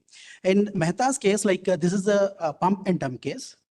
And moreover, I want to add something like we are not developing country. We are developed country already because we lose a lot of money from India to the investors like this, right? So we are a developed country, not in the developing country. Well, Mehta employed a pump and dump strategy where he bought the stock at a low level, sell and buy. First he sells and then he buys. So when he pump the money to the stock, when the stock gets high, he sells the product. Particular stock. And I just like to go with the transformation, after Harshad Mehta case, where the most significant reforms following the scandals involve expansion of SEBI. After the Harshad Mehta case, the expansion of SEBI has come into picture. Over entities like foreign institutional investors, FIIs, credit rating agencies, and venture capitalists. There has been substantial modification in the system of stock delivery of broker, reducing the time frame from 2 weeks to 2 days, because he used to buy a stock days before, and in between, he pumped the money and he inflated the stock and then he sells, so he get a profit. Then the shift from paper trading here, one more important thing is from paper trading to electronic trading. Earlier it was a paper trading. The person has to go to a bank and pay the money and buy the stock. But from that, it shifted to electronic.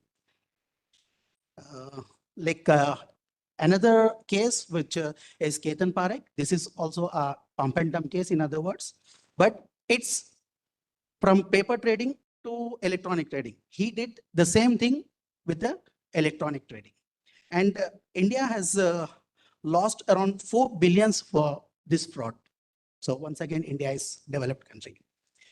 And transformation after this, in response to the aftermath, SEBI implemented significant measures, including reducing the time frame for circular trading, restricted from week to a day.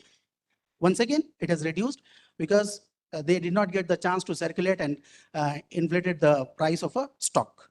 Then additionally, SEBI Amended Act of 2002 was enacted bring about noteworthy changes such as incorporation of 11 of 4 into the SEBI Act.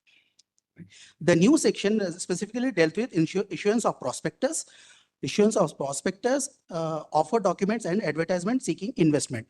Because as the reforms are changing, earlier they don't used to give the proper information in the proper information about the company, but now It's like regulated so that they have to give the proper information in the prospectus. With the help of the prospectus, we can buy IPO and we can invest in the particular stock. Well, we cannot forget 3S dragons of India, and we cannot conclude with these three also. And at the same time, I don't believe Mr. Satyam has started with this tension to do something else. So leave it, we cannot do, but he is in a negative mindset. Well, Mr. Satyam, again, I have to say, Mr. Satyam, he has done a lot of to India, and he changed a lot of software systems in India, right? Well, in the Satyam scam, 2009, Mr. Ramalinga engaged in real estate involvement across various regions of countries and withdraw funds from companies accounting by misrepresenting financial figures in the bank books. He misrepresented the facts and figures of the company, and he tried to get the investors. Well, after transformation after the Satyam computer scam, this include establishment of the vigilance mechanisms. Okay, I'll just finish it up in 2 minutes. And another, I have a Sahara scam, where the Sahara has done a lot of Saharas in India. He especially he started with the poor people, and he targeted the big people. Big people, not a problem, because they have enough money, so they can circulate. What about the poor people? So Sahara, he did the Sahara. Well, I don't have time, so I will conclude. Shraddha. Shraddha Group has given all Shraddhanjali to almost 200 people. 200 people died in that particular scam.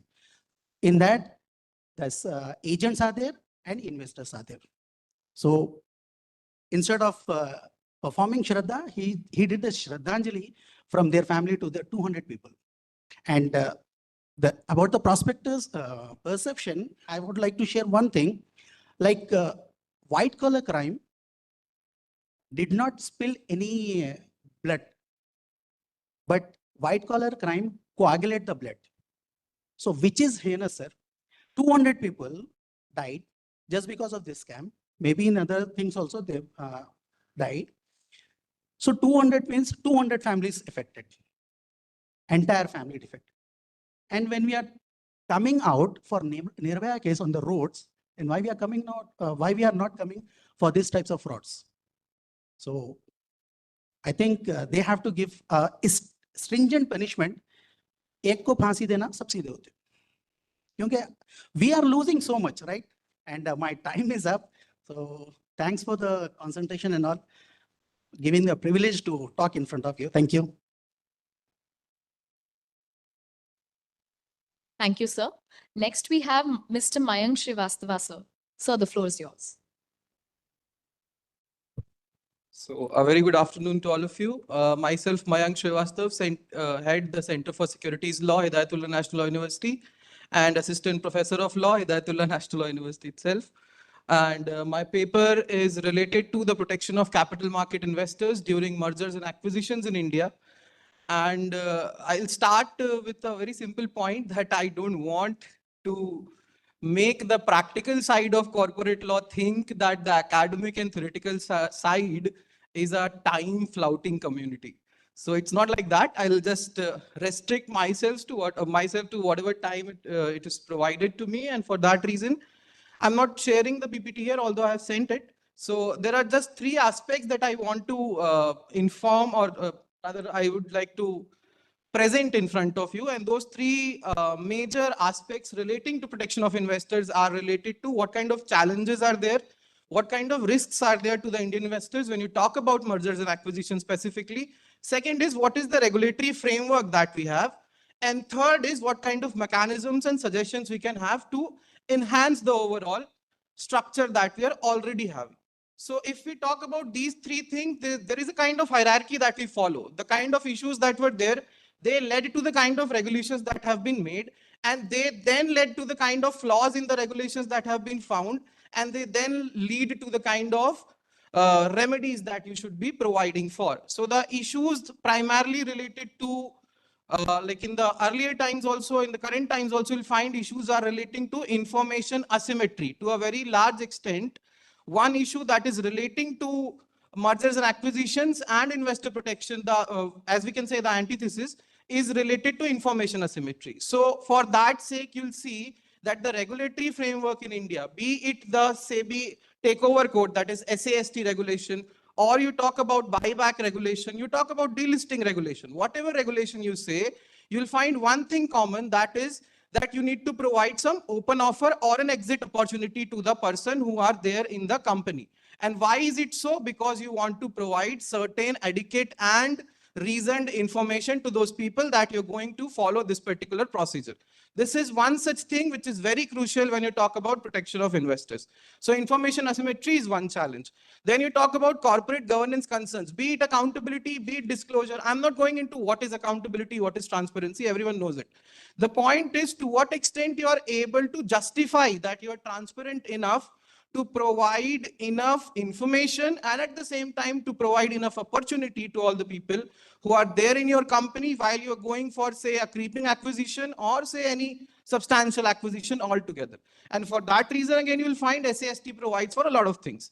Then you talk about market manipulation. This is again a very important challenge. Actually, this is a risk that happens, that whenever you'll talk about merger and acquisitions, you'll say that there is a high risk of anti-competitive agreements, anti-competitive practices. You know, when you talk about mergers, acquisitions, as we teach in corporate reconstruction in law schools, we teach that this is an interplay of laws. This is not just corporate law. This is corporate law plus taxation law, plus competition laws, and plus other kind of stamp duties and many other kind of laws kept together. So why is it so? Because we see that, like you talk about the famous case of this Flipkart, Walmart, there you might have seen that Amazon was not very willing for that particular kind of merger that was supposed to happen. And why? Because there was supposed to be some kind of anti-competitive practices that might be found, or maybe some kind of an abuse of dominant position that may lead to. So for that reason, market manipulation, malpractices play an important role. It's an important challenge. Then impact on minority shareholders, operational risk, financial risk, they are all bound to happen. When you talk about restructuring, you're not only talking about overall corporate restructuring. You talk about operational restructuring, you talk about financial restructuring, you talk about scheme of arrangement. You say there are various kind of schemes that may be there between two companies or between a company and its creditor also. So there may be a reason. Then you talk about regulatory framework. I'm not going to the depth of it. Companies Act Chapter 15, everyone knows. So from section 230 to 240, everyone knows that there are various kind of sections that are related to mergers and acquisition. The point is to what extent these are suffice. Like specifically, if we talk about section 230 subsection 9, that is there, which talks about waiving of the need for a meeting of creditors if the 90% assent is there. Now, if you'll see on the academic side, we deal with it and we say that members can also be included in this particular definition. But it's not clearly stated in the law whether you talk about this situation to be including members or not. Although the tribunals have inherent powers, we can say as per section 231, they can do whatever they wish to a certain extent, but that has not been clarified. And sorry, sir. Sir, I'm coming to the measures only. So, okay, so this is primarily related to Companies Act. Then SEBI regulations, as I told you, SAST are there, buyback, delisting of equity shares, ICDR, LODR, all these kind of regulations you'll find. Coming to mechanisms to protect investors and what my suggestions are, sir, to a large extent, I'll tell you my suggestions are what you people have collectively already suggested. Because one thing which sir talked about opportunities as M&A, so I say opportunities also have certain obligation. This is what my paper is all about. You also talked about a lot of things which is related to it. So my suggestions primarily are related to, first thing I'll tell you, the most important aspect in mergers and acquisition is due diligence. So my first suggestion is that there should be an emphasis on due diligence, and which is not only related to or related on the part of merchant bankers, as we say in SAST or any other regulation. It shall be on the part of all other aspects of the company as well. That's one thing. And again, environmental due diligence, as was discussed, that is again a very important point. Second is integration. No one talks about integration much, but the point is integration is one such thing which may lead to a successful merger or a failure of a merger. And for that reason, pre and post merger integration becomes a very important task. And this is where the practical side comes into picture. The company secretaries or the other kind of human resource persons that are there in a company, they need to be more inclined towards the integration in order to integrate the corporate cultures. This becomes a very important aspect. Then clarity on the laws and the powers of the adjudicatory bodies. Like we talk about a case law that is Mihir H. Mafatlal versus Mafatlal. I suppose you all might be knowing about it. So this is related to powers of the tribunals. But the point is, to what extent you find the emphasis of that particular case law into the legislation. That is something which needs to be seen, or which can be, amended to some extent, whatever may be fine with the legislators. Then harmonizing the rules and the regulation, again, a very, very important task. Like I was reading about this thing that SEBI is planning to harmonize certain steps relating to ICDR and LODR. That there might be certain things which may be harmonized in order to keep it more concrete for the sake of overall issuance and listing obligations. So harmonizing the laws relating to company, the laws related to taxation, like we talk about situations like amalgamation, demerger, all these kind of things are being defined in taxation. But there are certain overlaps that you may find, so we can talk about harmonizing them. And the final one from my side would be to focusing on the control-based conglomerates and groups in order to identify what kind of lacunae may be there on the part of the privately held companies of those conglomerates. These are the kind of suggestions that I have in my paper. That's it. Thank you so much.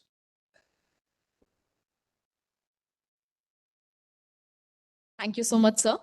Next, we have CS Ravi Satan, sir.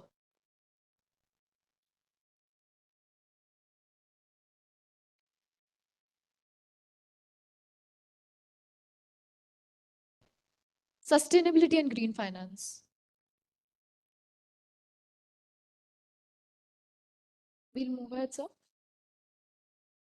Next up is Mr. B. Solomon Raju.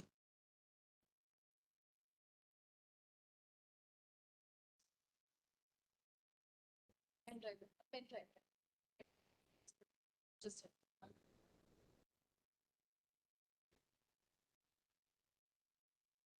And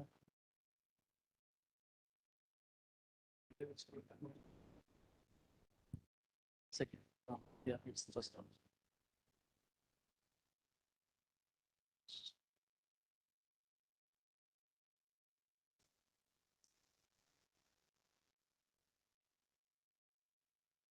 Evening, one and all present here. So myself, Venkat Reddy, and he's Solomon Raju. We are here to present about the topic regulatory framework on over-the-counter markets, a comparative analysis of India and US. So when we come to the point, OTC markets in India serves as a decentralized market where participants can directly trade stocks, commodities, and other financial instruments without involving a central exchange or a broker. So the OTC markets rely on the dealers who act as a market makers, quoting prices for buying and selling the stocks directly in the online platforms. So in OTC markets, transactions can be discrete and lack of full transparency, which may result in liquidity coming at premium. So next we go about the key characteristics of OTC markets. We have discussed about decentralization of the markets and the electronic trading. So I think everyone knows about this, so I'll be moving about another. So, and again, the second point is we have discussed about versatility and instrument diversity in Indian OTC markets, where how they play a key role in making OTC markets somewhat different from other markets. So next, we talk about OTC Exchange of India, like which is OTCEI, which is not currently de-recognized by the SEBI in 2015 on the wider dated on the March 31st. So if we go back to the timeline, it has emerged as a distinctive player in the Indian financial landscape, introducing a better approach to security trading. It was established in 1990 and it got recognized in 1992. It was designed to meet the needs of medium-sized companies from 25 lakhs to 30, from 30 lakhs to 25 crores. So the medium-sized companies and investors who has some challenges with the traditional stock market structure. So I guess because of the regulations which were being kept by the market structure, it didn't meet the needs of the market investors or the person who buy the stocks. So later it was removed by the SEBI in 2015 as to make the better so when we go to the next, I have mentioned in the paper, we have mentioned about the challenges and risks in the Indian OTC markets. The first one is limited. We spoke about limited liquidity. Like liquidity constraints in the market poses challenges for the market participants. So next we spoke about counterparty risks. Like as these are all are unlisted shares. So the person who buys the stocks have some risk, which is completely known by everyone. And excuse me, sir. Sir, I didn't get you. Yes, sir. Yes, sir. According to our research, only unlisted trades will be doing in OTC markets. Later, we have discussed about regulatory framework, which is done by the SEBI of India. Yes, sir. So actually, partly SEBI is governing the OTC markets, sir. So, yes, sir. Yes, sir. Yes, sir.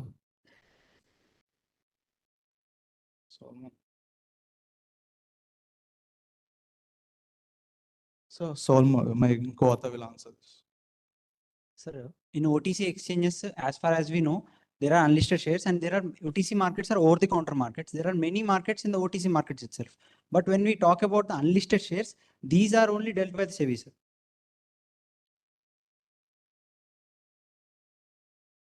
So can we move on to the next?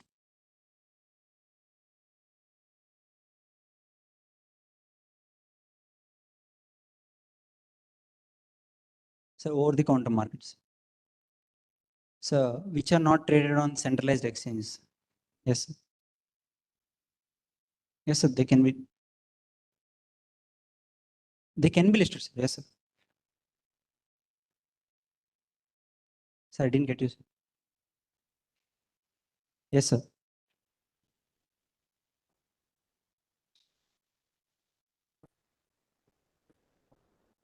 Sir, when they are unlisted, when the stocks are unlisted, there are less compliances in the unlisted shares. Like there are no technicalities in the unlisted shares, and there are also no less fundamental analysis in the less fundamental and annual reports are provided at the later point of time at the later stage. But when it becomes a listed stocks, when it comes to IPO, yes, sir. Yes, sure. Sir. Yes. Yes. So actually, we have given some suggestions and recommendations in the paper. We'll go with that.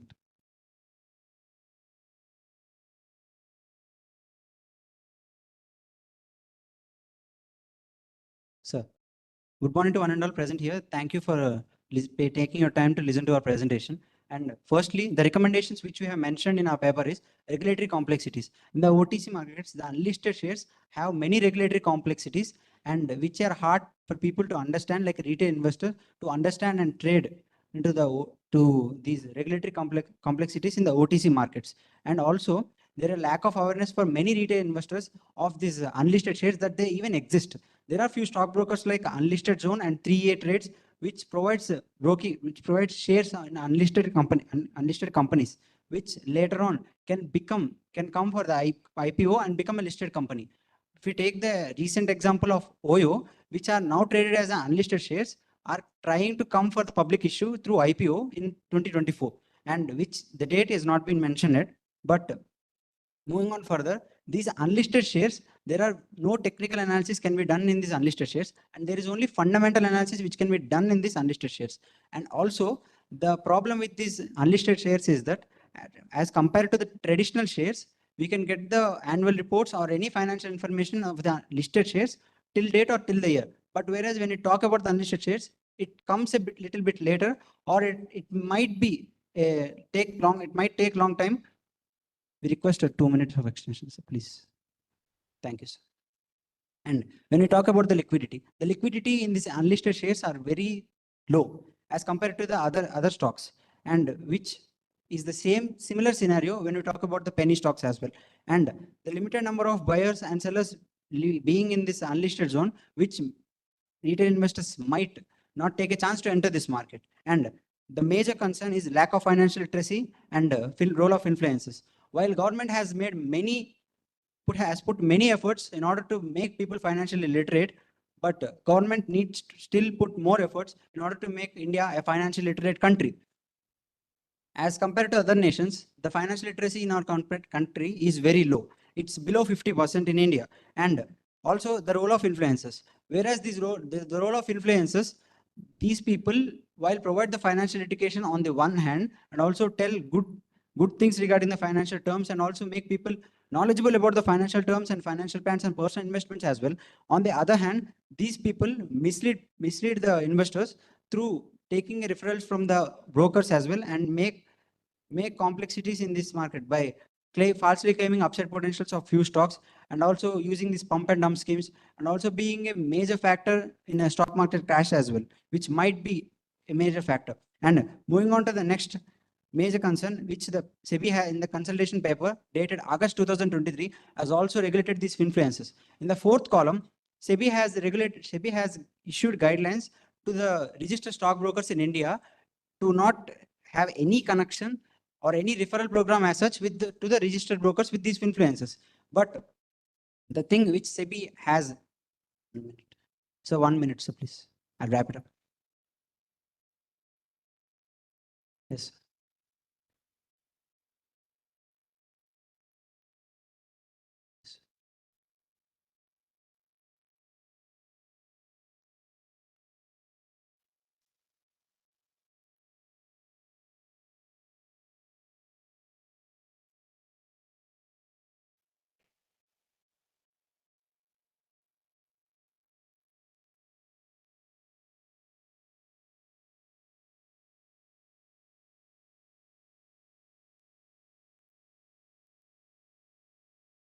Thank you, sir. Yes. So can we complete with question with the 10 seconds? Thank you, sir.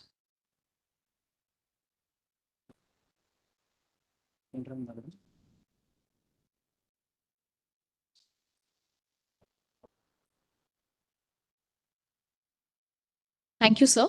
Next, we have Nuru Mohammed and Mohammed Shatil.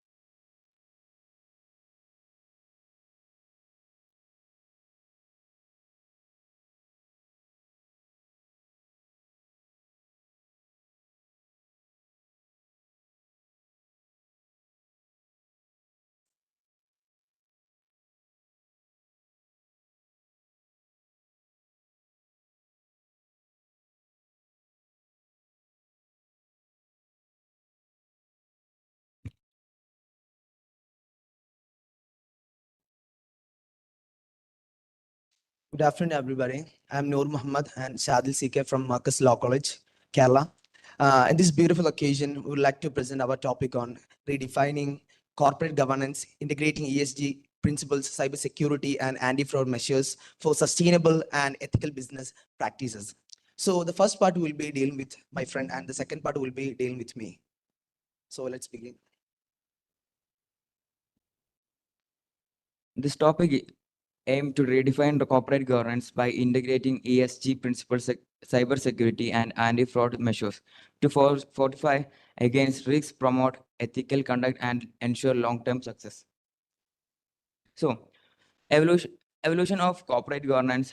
Corporate governance structure have evolved to meet diverse stakeholders' demands and protect shareholders' interests.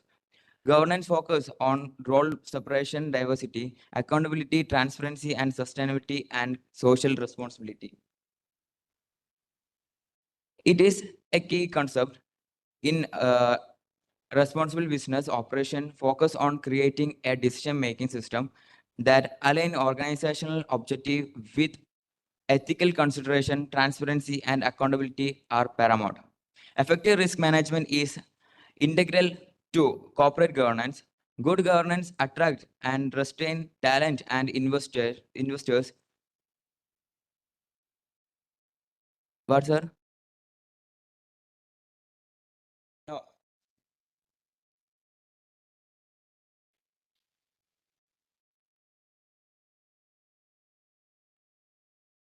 Okay, sir. Sir, okay. According to the corporate,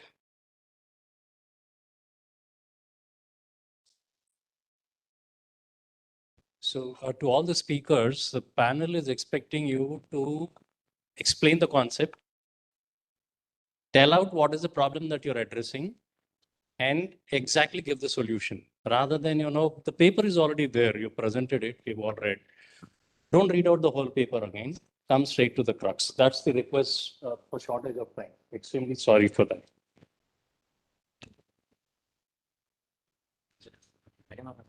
So here we are presenting about the corporate governance and also the corporate governance in digital age and the importance of the corporate governance in digital age and the ESG. Through the ESG principles implementation, the corporate governance can get the sustainability and transparency and responsibility. And also through cyber security. Nowadays, the cyber security is being important in our digital age. So that's why for making the cyber security, there are some of the strategies like the robust cyber security and utilizing the defense in-depth approaches with layers like firewalls, encryption, and access controls, and endpoint security, match management, identity and access management are the examples of the practices for the cyber security. And about the corporate fraud. Nowadays, the corporate fraud is being increased. So that's why there are some strategies for anti-fraud measures in corporate governance, like deceptive practices and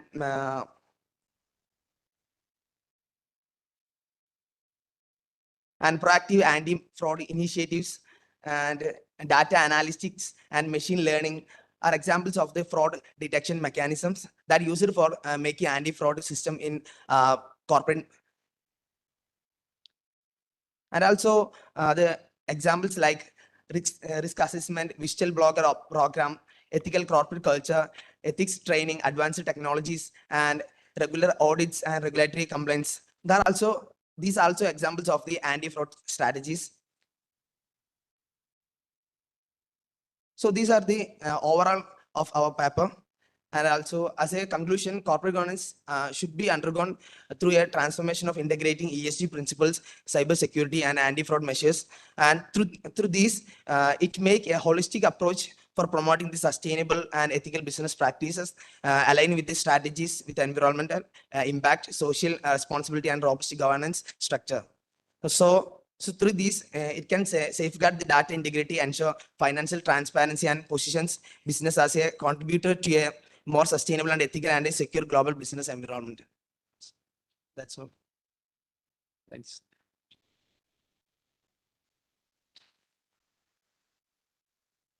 Thank you. Next, we have Mr. Abhinand H. Sir.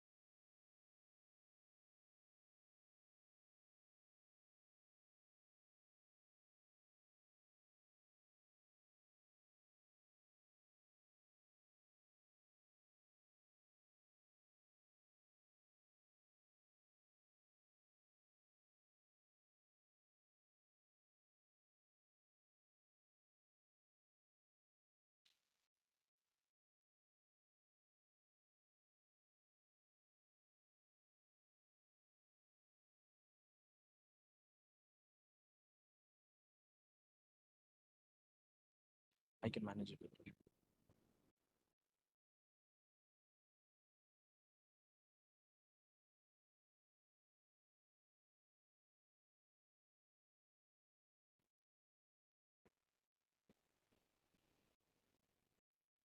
Can I start, sir?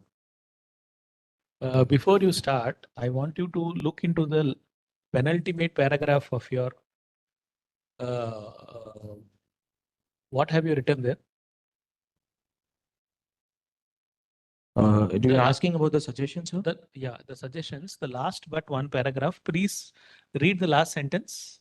I mean, a fixed tenure can be given to people like the chairman who right now can be. Sir, if there is a particular fixed time period given, I think. So you think the present SEBI chairman doesn't have a fixed tenure? I think no, sir. Sir, Did you write this paper? yes, sir. Sure. Yes, sir. So then how do you know that it's fixed? This is something which is fundamental. Sir, I'm not just only mentioning about the chairman, like all the members, if there is a proper like fixed tenure given and made Everyone for. has a fixed tenure. Everyone has a fixed tenure of 3 years, extendable by 2 years. It's written on the SEBI website. Oh, see, in a democracy, how can someone be removed at the whims and fancies? Is it possible? No. Then? I'm sorry, sir. I mean, I got wrong with my research. I'm sorry.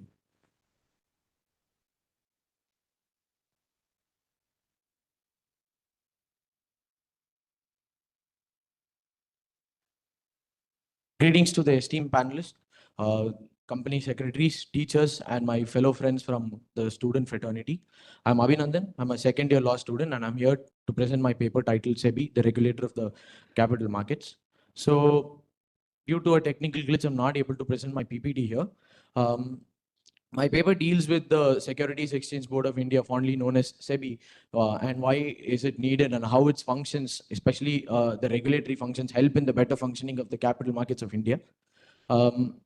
Let's imagine a marketplace, not for the basic commodities, but for something that is more important, which is valuable to the economy, where the investments are made, and the people, the companies come and they get long-term debts, so as to run their firms, and people make investments and also which helps for the economic growth of the nation. So we see this in the realm of the capital markets in India. And before I go into speaking about SEBI, I would like to make a small brief note about the capital markets. So let's just imagine a place where money weaves dreams, where rupees waltz and stocks tango. So this, my friends, is the Indian stock market, a dynamic playground where ambitions collides with opportunities. Pawan sir stated in his speech that giants start their stuff and play around easily, and also the startups pivot for investors' attentions. So every tick and tongue on the exchange board echoes with the possibilities that can be made, where future fortunes can be built in a high levels, empires can be forged. There are a lot of accusations that is being made, mergers that is being made, and also a place where futures are also secured. Futures of companies are secured. The investors make proper investments so as to make sure that their wealth is also expanded. Where we always learn that when there is a market, you also make sure that the investor's wealth is always maximized. So this can't be done by fooling by the small guilds. Every market, like it's a proper good playground where it has its rules. And here, SEBI is the chaperone which ensures that everyone plays fair. Everyone plays fair and transparency is the motto, and the investor protection is the anthem for that transparency. Well, making this capital market, this playground special is that we are the fifth largest market we are the fifth largest economy in the world. Millions are playing in this market, and also this is a place where innovation is there. Fintech unicorns brands here, blurring the physical and the digital world. So Abhinandan, I would like to ask you something. Yes, sir. What do you think are the 3 most important reforms that SEBI has done? Sir, for me, if I would look into SEBI and the way it has functioned, I would always consider the digitalization as a very good reform that it has brought. I think in 2001, it brought about the internet banking, internet trade that can be done. And in 2016, where it brought up the UPI transactions to be made. And I also understand this blockage of the amounts that can be done. For example, if a person wants to trade in the stocks, he wants to buy something, before the allotment is made, if a particular amount for that particular buying of share is freezed, then it makes sure that you always have that money when you're trying to trade. Supposedly you are wanting to buy a particular share of a particular company, and supposedly it's priced at 2,500 rupees. I'm giving a random figure. And when you block this particular amount, if the allocation is done, then the amount goes directly. If the allocation is not done, it goes to the account. That particular time, you don't need to fight for the funds. You don't need to worry about the funds. This, I think, is something which is significant for me. And in my opinion, sir, SEBI, the functioning of SEBI, especially post the Harshit Mehta scam, is a brilliant initiative that's been brought up by the Ministry of Finance. And the way it has worked, the way it has tried to, curb down the scams that is being done. We all know about the Carvi scam, the NSE co-location scam, etc. So the regulatory functions again, where, I'm taking this into my paper as well, sir, not just answering your question. The regulatory functions where they help into research, into the training and the regulation. There are proper codes and there are proper codification that's done. The rules and regulations are properly laid down. If you want to make any mergers and acquisitions, that is also properly done. They are regulated properly. For everything you do, there is a proper charge that is being levied. You are charged properly for each and every function that is done. Also, the protective functions that we talk about in the SEBI, where it protects the investors, which is very, very important. When you protect your investors, you are trying to gain more investors. Because today, if I am trying to invest in the market and I am protected, my rights are protected, then I can tell somebody, yes, man, the stock market is something where you can earn, you can invest, you can become a owner of the particular share, etc. Good. Thanks. I think you are probably one of the presenters who knows the subject but has not given a good paper. Oh. Sir, I think I haven't covered a lot of aspects. I think maybe you could have written things better, but you seem to know the subject, which is very good. I think I would like to commend that. Thank you, sir. Thank you very Thank you. much. Sir, can I continue? No, I think it's fine. Thanks. Thank you very much. Thank you, everyone, for the opportunity and patiently listening. Thank you. Next, we have Ms. Maitri Raj and Mr. Solomon.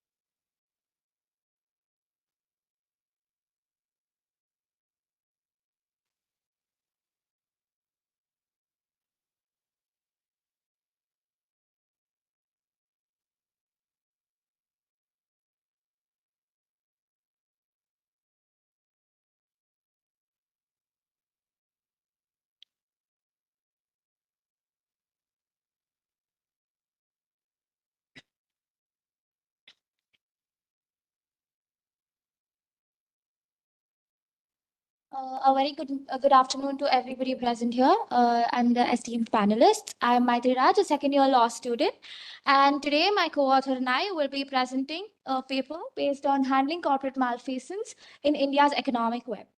So today I stand before you to address a pressing concern that threatens the fabric of our economic progress, the several corporate frauds that have taken place in India. In the fiscal year 2022 and 2023 alone, over 20 cases have been reported, signaling a growing menace by liberalizing globalization and technological advancements. The consequences of corporate frauds not only extends to monetary losses, but also extends to impacting investor trust, company brands, and overall stability of the market. So our research paper is based on a doctrinal methodology, and we have relied on the India Corporate Fraud Perception Survey of 2023, which reveals a rising trend in the financial fraud instances, pointing to a need in the stronger regulatory frameworks and improved corporate governance protocols and increased awareness among stakeholders. So today, I will be covering two case studies wherein I would like to grab your attention towards the unsettling reality of corporate frauds through two notable cases that shook the foundation of India's financial landscape. The first one is the Harshad Mehta scam. So in the year 1992, the Indian stock market experienced its first major manipulation known as the securities scam. This scam was orchestrated by the Mumbai-based stockbroker Harshad Mehta, which involved around rupees 4,000 crores, and it is considered one of India's largest scams. Mehta's plan involved obtaining, like one of the other panelists mentioned, it was he revolved his idea around the pump and dump system, wherein his plan involved in obtaining bank loans with false. So, if you're going to start explaining each of the scams, then you will be running out of those 5 minutes. Okay, and everyone knows about all these scams. They are like, so even, so I want you to highlight what you have, what are the things that you feel that should be the, to ameliorate this, what are the things that you want to suggest? Those are the things you should highlight. Indeed, Yeah.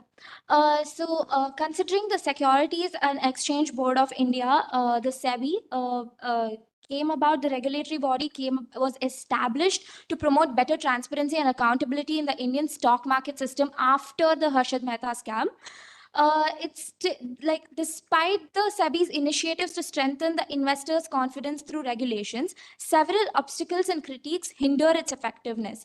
One of the major issues lies in SEBI's jurisdiction, which is restricted by Section 55A of the Companies Act 2013, wherein this restricts the SEBI's jurisdiction only to publicly traded firms, leaving unlisted companies and their securities beyond its supervision.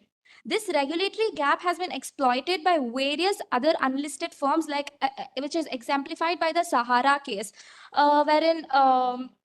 wherein the Sahara Group issued certain OFCDs without SEBI's oversight, leading to a judicial battle. The inadequacy of SEBI in curbing fraudulent actions is underscored by the recurrence of financial scams that took place even after the Harshad Mehta scam, like the BSE payment problem, MMCB fraud, Ketan Parekh scam, and Satyam scandal, etc.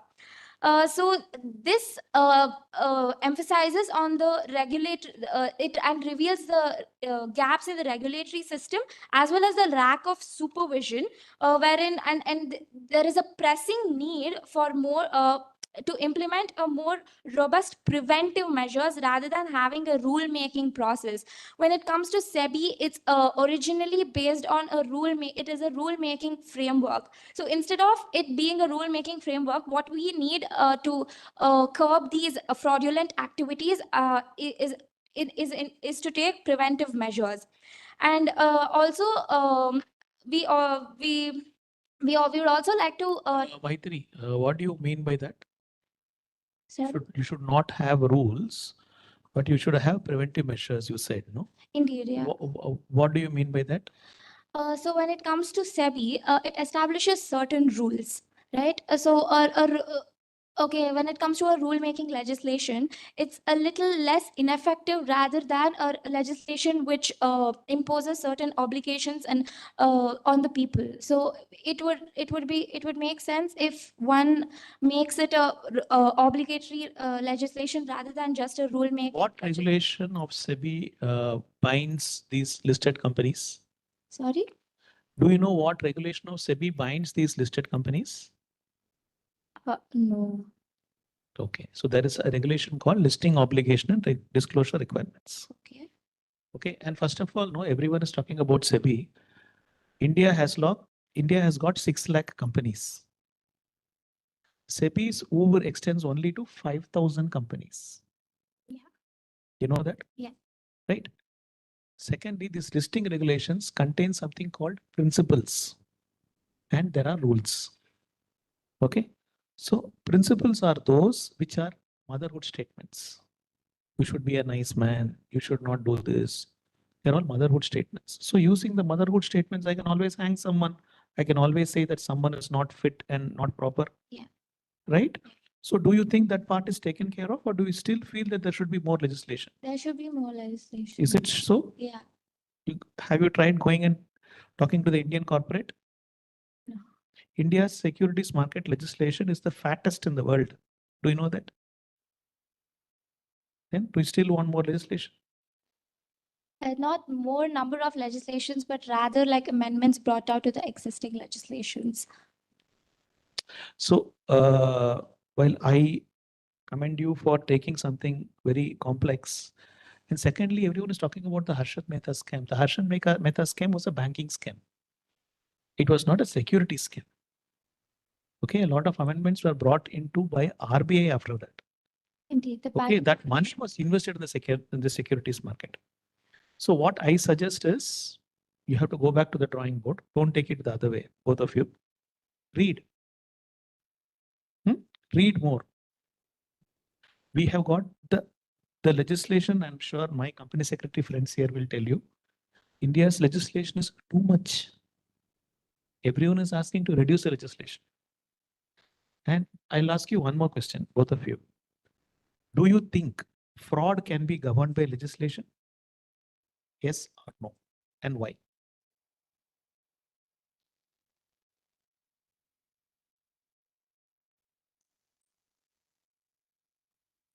The fraud can be won by legislation, mostly because, like, as I've highlighted while looking at the Satyam scandal, when we've highlighted the role of auditors, right? So we've seen that Section 147 of the Companies Act 2013. If the auditor somehow proves themselves to be unintentionally conspiring to the crime, to the fraud, then they'll just be charged 25,000 to 5 lakh rupees.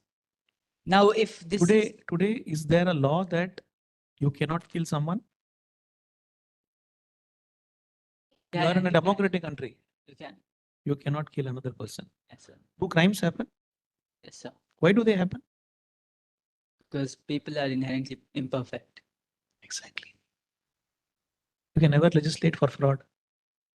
But you can always deter these crimes by making the legislation. That's a different issue. Effective. But can you legislate for fraud was the question. So you talk about, let us leave India alone. Have you read about international cases of fraud? No, there are international cases of fraud. Please read about the Wirecard scandal. There's one thing which comes to my mind immediately, and that is something so recent. Okay, go through it, and then you will be able to form an opinion. I'm not trying to form an opinion for you. Okay, but I want you to read more. Okay, good. You chose a very good topic once again, but I would like you to read more before making a presentation. Right? Thank you so much. Thank you, sir.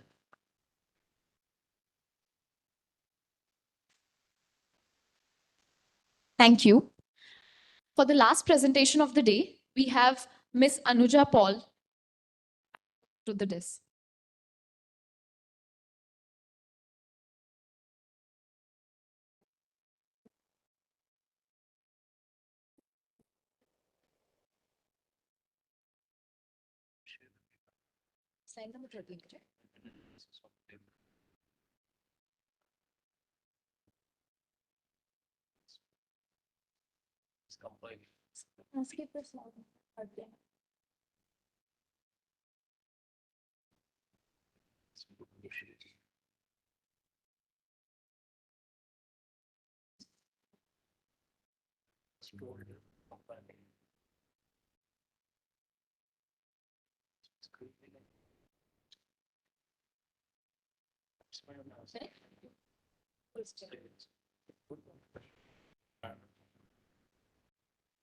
He's a regulator.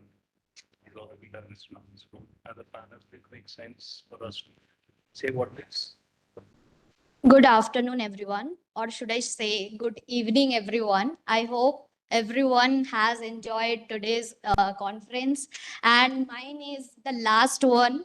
And I have skipped to 13th my PowerPoint presentation. This is the practical scenario, what is actually happening. So I'll come to my topic. My topic was decoding corporate frauds in India, its legal insights, case studies, and defense mechanisms. But since lot of people has discussed on case laws, I will not be elaborating on that. And legal insights, since we are all CS here, we know the regulations, LODR, ICDR, and insider trading regulations. But I will move to the practical scenario. We all know SEBI has came with a guideline, not a circular also. It is a guideline on October 23 banning the finfluencers who are giving stock market suggestions. They are banned. This is a WhatsApp chat. I am part of this group, and I am personally I am a swing trader. So if you know who is a swing trader, who also do intraday trading, and who is a investor, retail investor also. So before studying law, I was a trader first, then I have studied law, and then in my LLM days, I have studied securities law. So once I studied, I got to know about the practicality behind it. So if we see this kind of messages, you can see this is market manipulation. Or we can say this person, Prajakta Shah, or his group, they have institutional brokers who are trying to create a cartel, and they are manipulating the market. They have more than 10,000 subscribers in their WhatsApp groups, and they are doing price rigging. So SEBI has lot of guidelines, circulars, which will definitely give lot of opportunities for research and lot of job opportunity for CS people, and also is litigation. But litigation part is very restricted because only one bench is there in in Mumbai. SAT bench is there, and after that all the cases goes directly to Supreme Court. We don't have SAT branches all over India like NCLT, and we are lacking, and SEBI is also SEBI has failed to protect the investors interest and to develop the capital market, though we are entering in Just a minute, Anuja. How is it this related to the SIT? SAT. How is this related to the SAT? This is not related to SAT. I am telling about the litigation part. If some advocate wants to practice in securities law, there is only one branch in India, that is in Mumbai, one bench actually, Security Appellate Tribunal. And after that, the case goes directly to the Supreme Court. Most of the cases before it comes to SAT, and then it becomes a lengthy process because there is no time limit such provided, as IBC Court has given 330 days for insolvency proceedings. Then it goes to Supreme Court. Why do you think time limits have not been provided for securities market cases? There is a time limit, but it is not stringent. You just said there are no time limits. It is not stringent as IBC Code. Okay, sorry for my mistake. No, but why do you think it's not provided? Most of the cases, if we go into the depth, SEBI lacks investigation power. How do you know that? Have you read the SEBI Act? Yes, I teach securities law. So what are the powers of SEBI and investigative powers under the of SEBI? SEBI can go inquire, investigate, adjudicate. Everything is every kind of power. So Inquiry, the documentation. you know that the adjudicating officer has the powers of a civil court. Yes. So what more powers do any other regulators have that is lacking in SEBI, that you feel that it's needed? Okay. Insolvency, bankruptcy court also have adjudicating power authorities, that is NCLT. SEBI also given an opportunity to adjudicating authorities. But most of the cases from adjudicating authority directly goes to SAT, then to Supreme Court, and it becomes a lengthy process. Have you read the annual report of SEBI for the statistics? Sorry? How many of the cases go to that? Okay.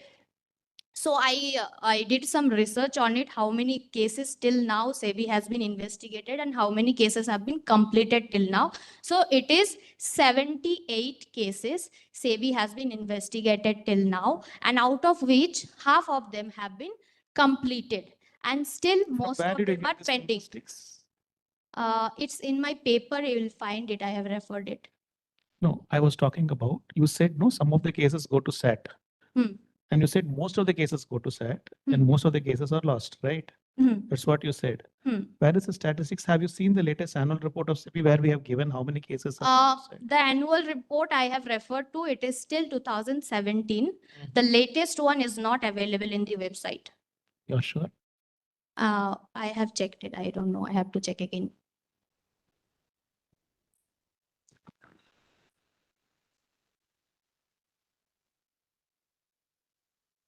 Should I continue? Okay. Now this is the again reality. Okay.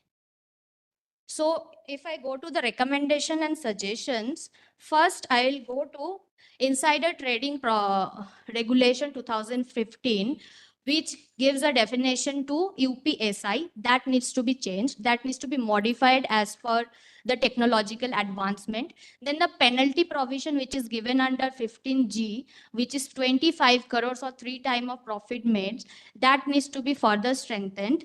And the discretionary power, which is given under Regulation 3, for deciding the interest of the board of directors, needs to be strengthened. And the definition of best practices, what is a best practice, must be defined. Then I will go forward to the trading plan, which is given to the board of directors, that they have to propose a trading plan before they are going for a IPO, and they have to make sure that they are not involved in trading. That trading plan also needs to be cross verified, and it has to be, the compliance officer has to make sure that no UPSI goes into the general public, and it must be strengthened. Now the next one, the applicability and coverage, I will say, SEBI now have introduced that mutual funds are also coming under the regulation of insider trading. I will suggest a separate legislation or separate regulation for mutual funds, because it will again confuse the compliance part, because there is no clear definition of connected person with respect to mutual funds and with respect to listed entities. Mutual funds are nothing but a QIBs, qualified institutional buyers, and listed entities, there we have direct retail investors or institutional investors. So if this both this definition has been connected in one regulation, it will again create problems for the compliance reports. That's all. I will conclude my. So Anuja, one thing is that I commend that the fact that you know something about the securities market is something which should be commended. I really compliment you for that. But I think you seem to be holding certain views on the basis of certain things that you might have read somewhere. So what I suggest is, as far as SEBI is concerned, the best source of information about SEBI, and SEBI is a very transparent regulator. We even put our board notes and minutes on the website.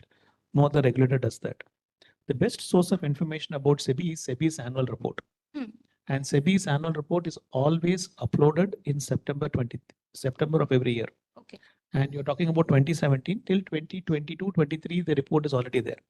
So what I suggest is read those reports and then you will get enlightened a lot more about what exactly happens. And as I was just talking about to some of the participants earlier, I personally don't feel the need for any more legislation. Yes. And I think most of India also feels the same. Okay. So if there is anything wrong in the present legislation, that is something which you will be able to form an opinion about after going through the cases and the annual report. Okay, sir. I have one question for you. What is your opinion on the guidelines given for the finfluencers? How SEBI is going to detect those finfluencers? How SEBI is going to find out That is and SEBI's problem. penalize them? That is SEBI's problem. Huh? SEBI will do it. That is SEBI's problem. That is not SEBI's No, that problem. is That is SEBI's all problem. of us problem. No. No, I don't agree with No, you. you on need not this agree. I mean, we are not here to, agree with each other. What I'm trying to say is that when you're presenting a topic, so it's like, you know something about it, but you can know more about it, which will help you to probably form a right opinion about it, right? Like you are talking about the insider trading rules not governing technology. If the insider trading rules were not governing technology, the recent scams and the orders of SEBI which have come out are all about WhatsApp and blockchain and all that. So how were they adequate to do it? Right? So they were adequate, right? If they were not adequate, then you could not have passed those orders. I believe in the policy of prevention is better than cure. After finding out you are making legislation, that is different. You have to prevent it beforehand so that it here cannot be I am repeated. not here to make statements. I'm not here to, like, I'm just trying to educate you. There are certain things which I know in this world. There are certain things which you know in this world. What is your age? 27. I am 46, 45 going on 46. I've spent 23 years in SEBI. Okay, when there are certain things which some people tell you, there's nothing wrong in taking it. There are people who teach me even today. I have learned a few things from people today. So what I suggest is next time when you're present on a topic, read about it a lot more comprehensively. It's good to know about certain things. It's good to have tips. It's good to have trading and all that. But it's better to know about things a lot more comprehensively before you present. Thank you. Yes, thank you.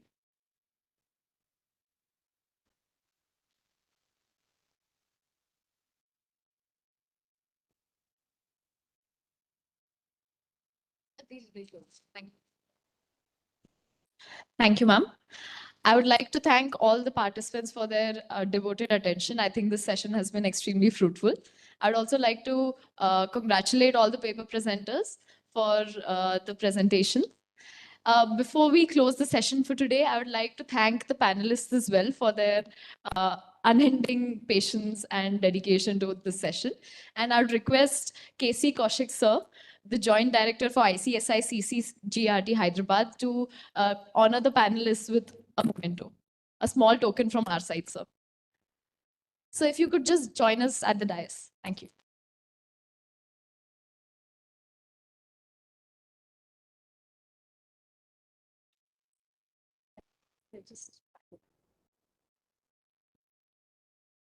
I request all the participants to remain seated for a few more minutes. Thank you. So I'll just settle. Yeah. So I request. Ready? So would you like to speak now? Yes, sir. Please. So would you be comfortable here? Very good evening, everybody, once again. First of all, many congratulations to all the presenters who have done an amazing job, especially some of them are pretty young, who have gathered courage to come here, speak in front of the panelists, especially regulator sitting. Very challenging for anybody to speak here. I congratulate them for their amazing job. Somewhere I just had some suggestions to the presenters, so I thought I'll share this feedback. Most of the research is not really deep in terms of primary research. Some of the research papers I saw are very redundant. I mean, they're talking about Companies Act 1956 and so on and so forth.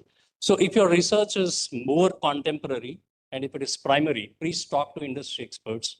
Please talk to people in the practice so that you will get a practical insights of what's happening.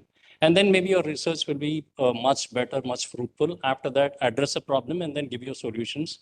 That makes sense. Anyway, thank you so much for bearing me for so long and also taking these suggestions. Thank you so much.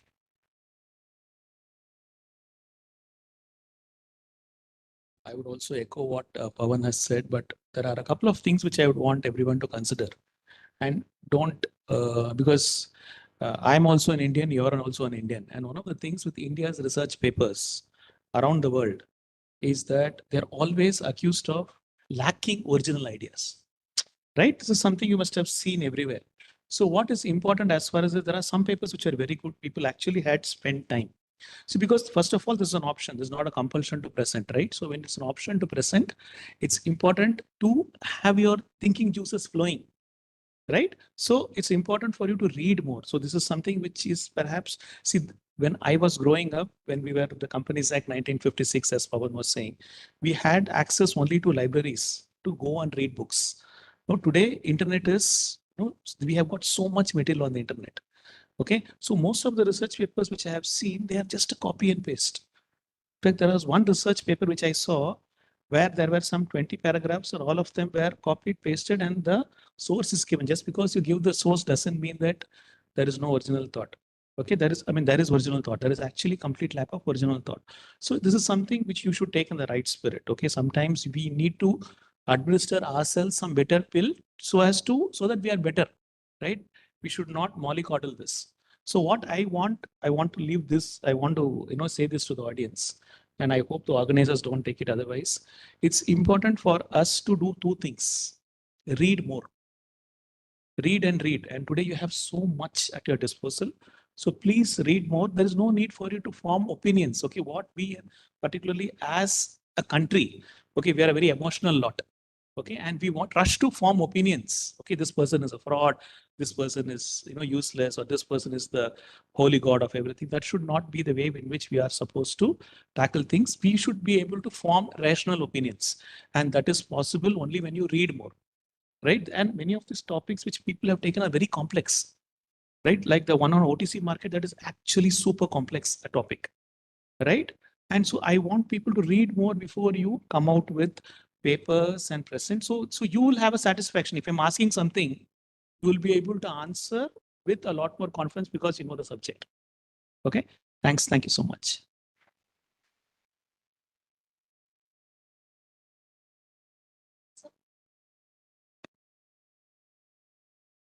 Thank you so much, sir. Thank you for the feedback. I'm sure it'll help all of us in the long run. I would now request Kaushik sir to honor the panelists with the mementos. I first request sir to honor Pradeep Ramakrishnan sir memento.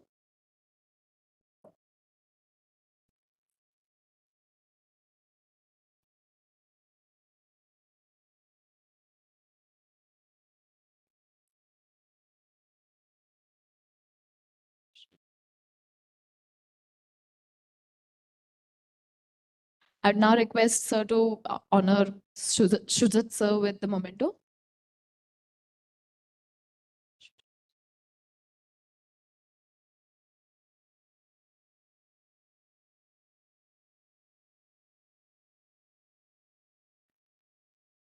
I would now request sir to honor Mr. Pavan Kumar sir with the memento.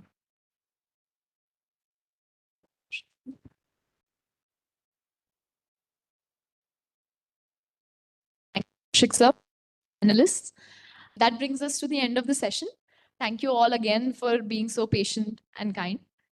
See you tomorrow. Thank you.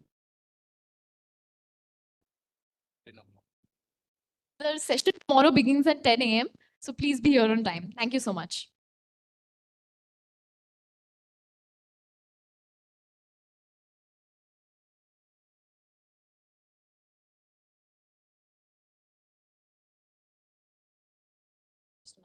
There's a phone here. If it's, yeah. Thank you so much.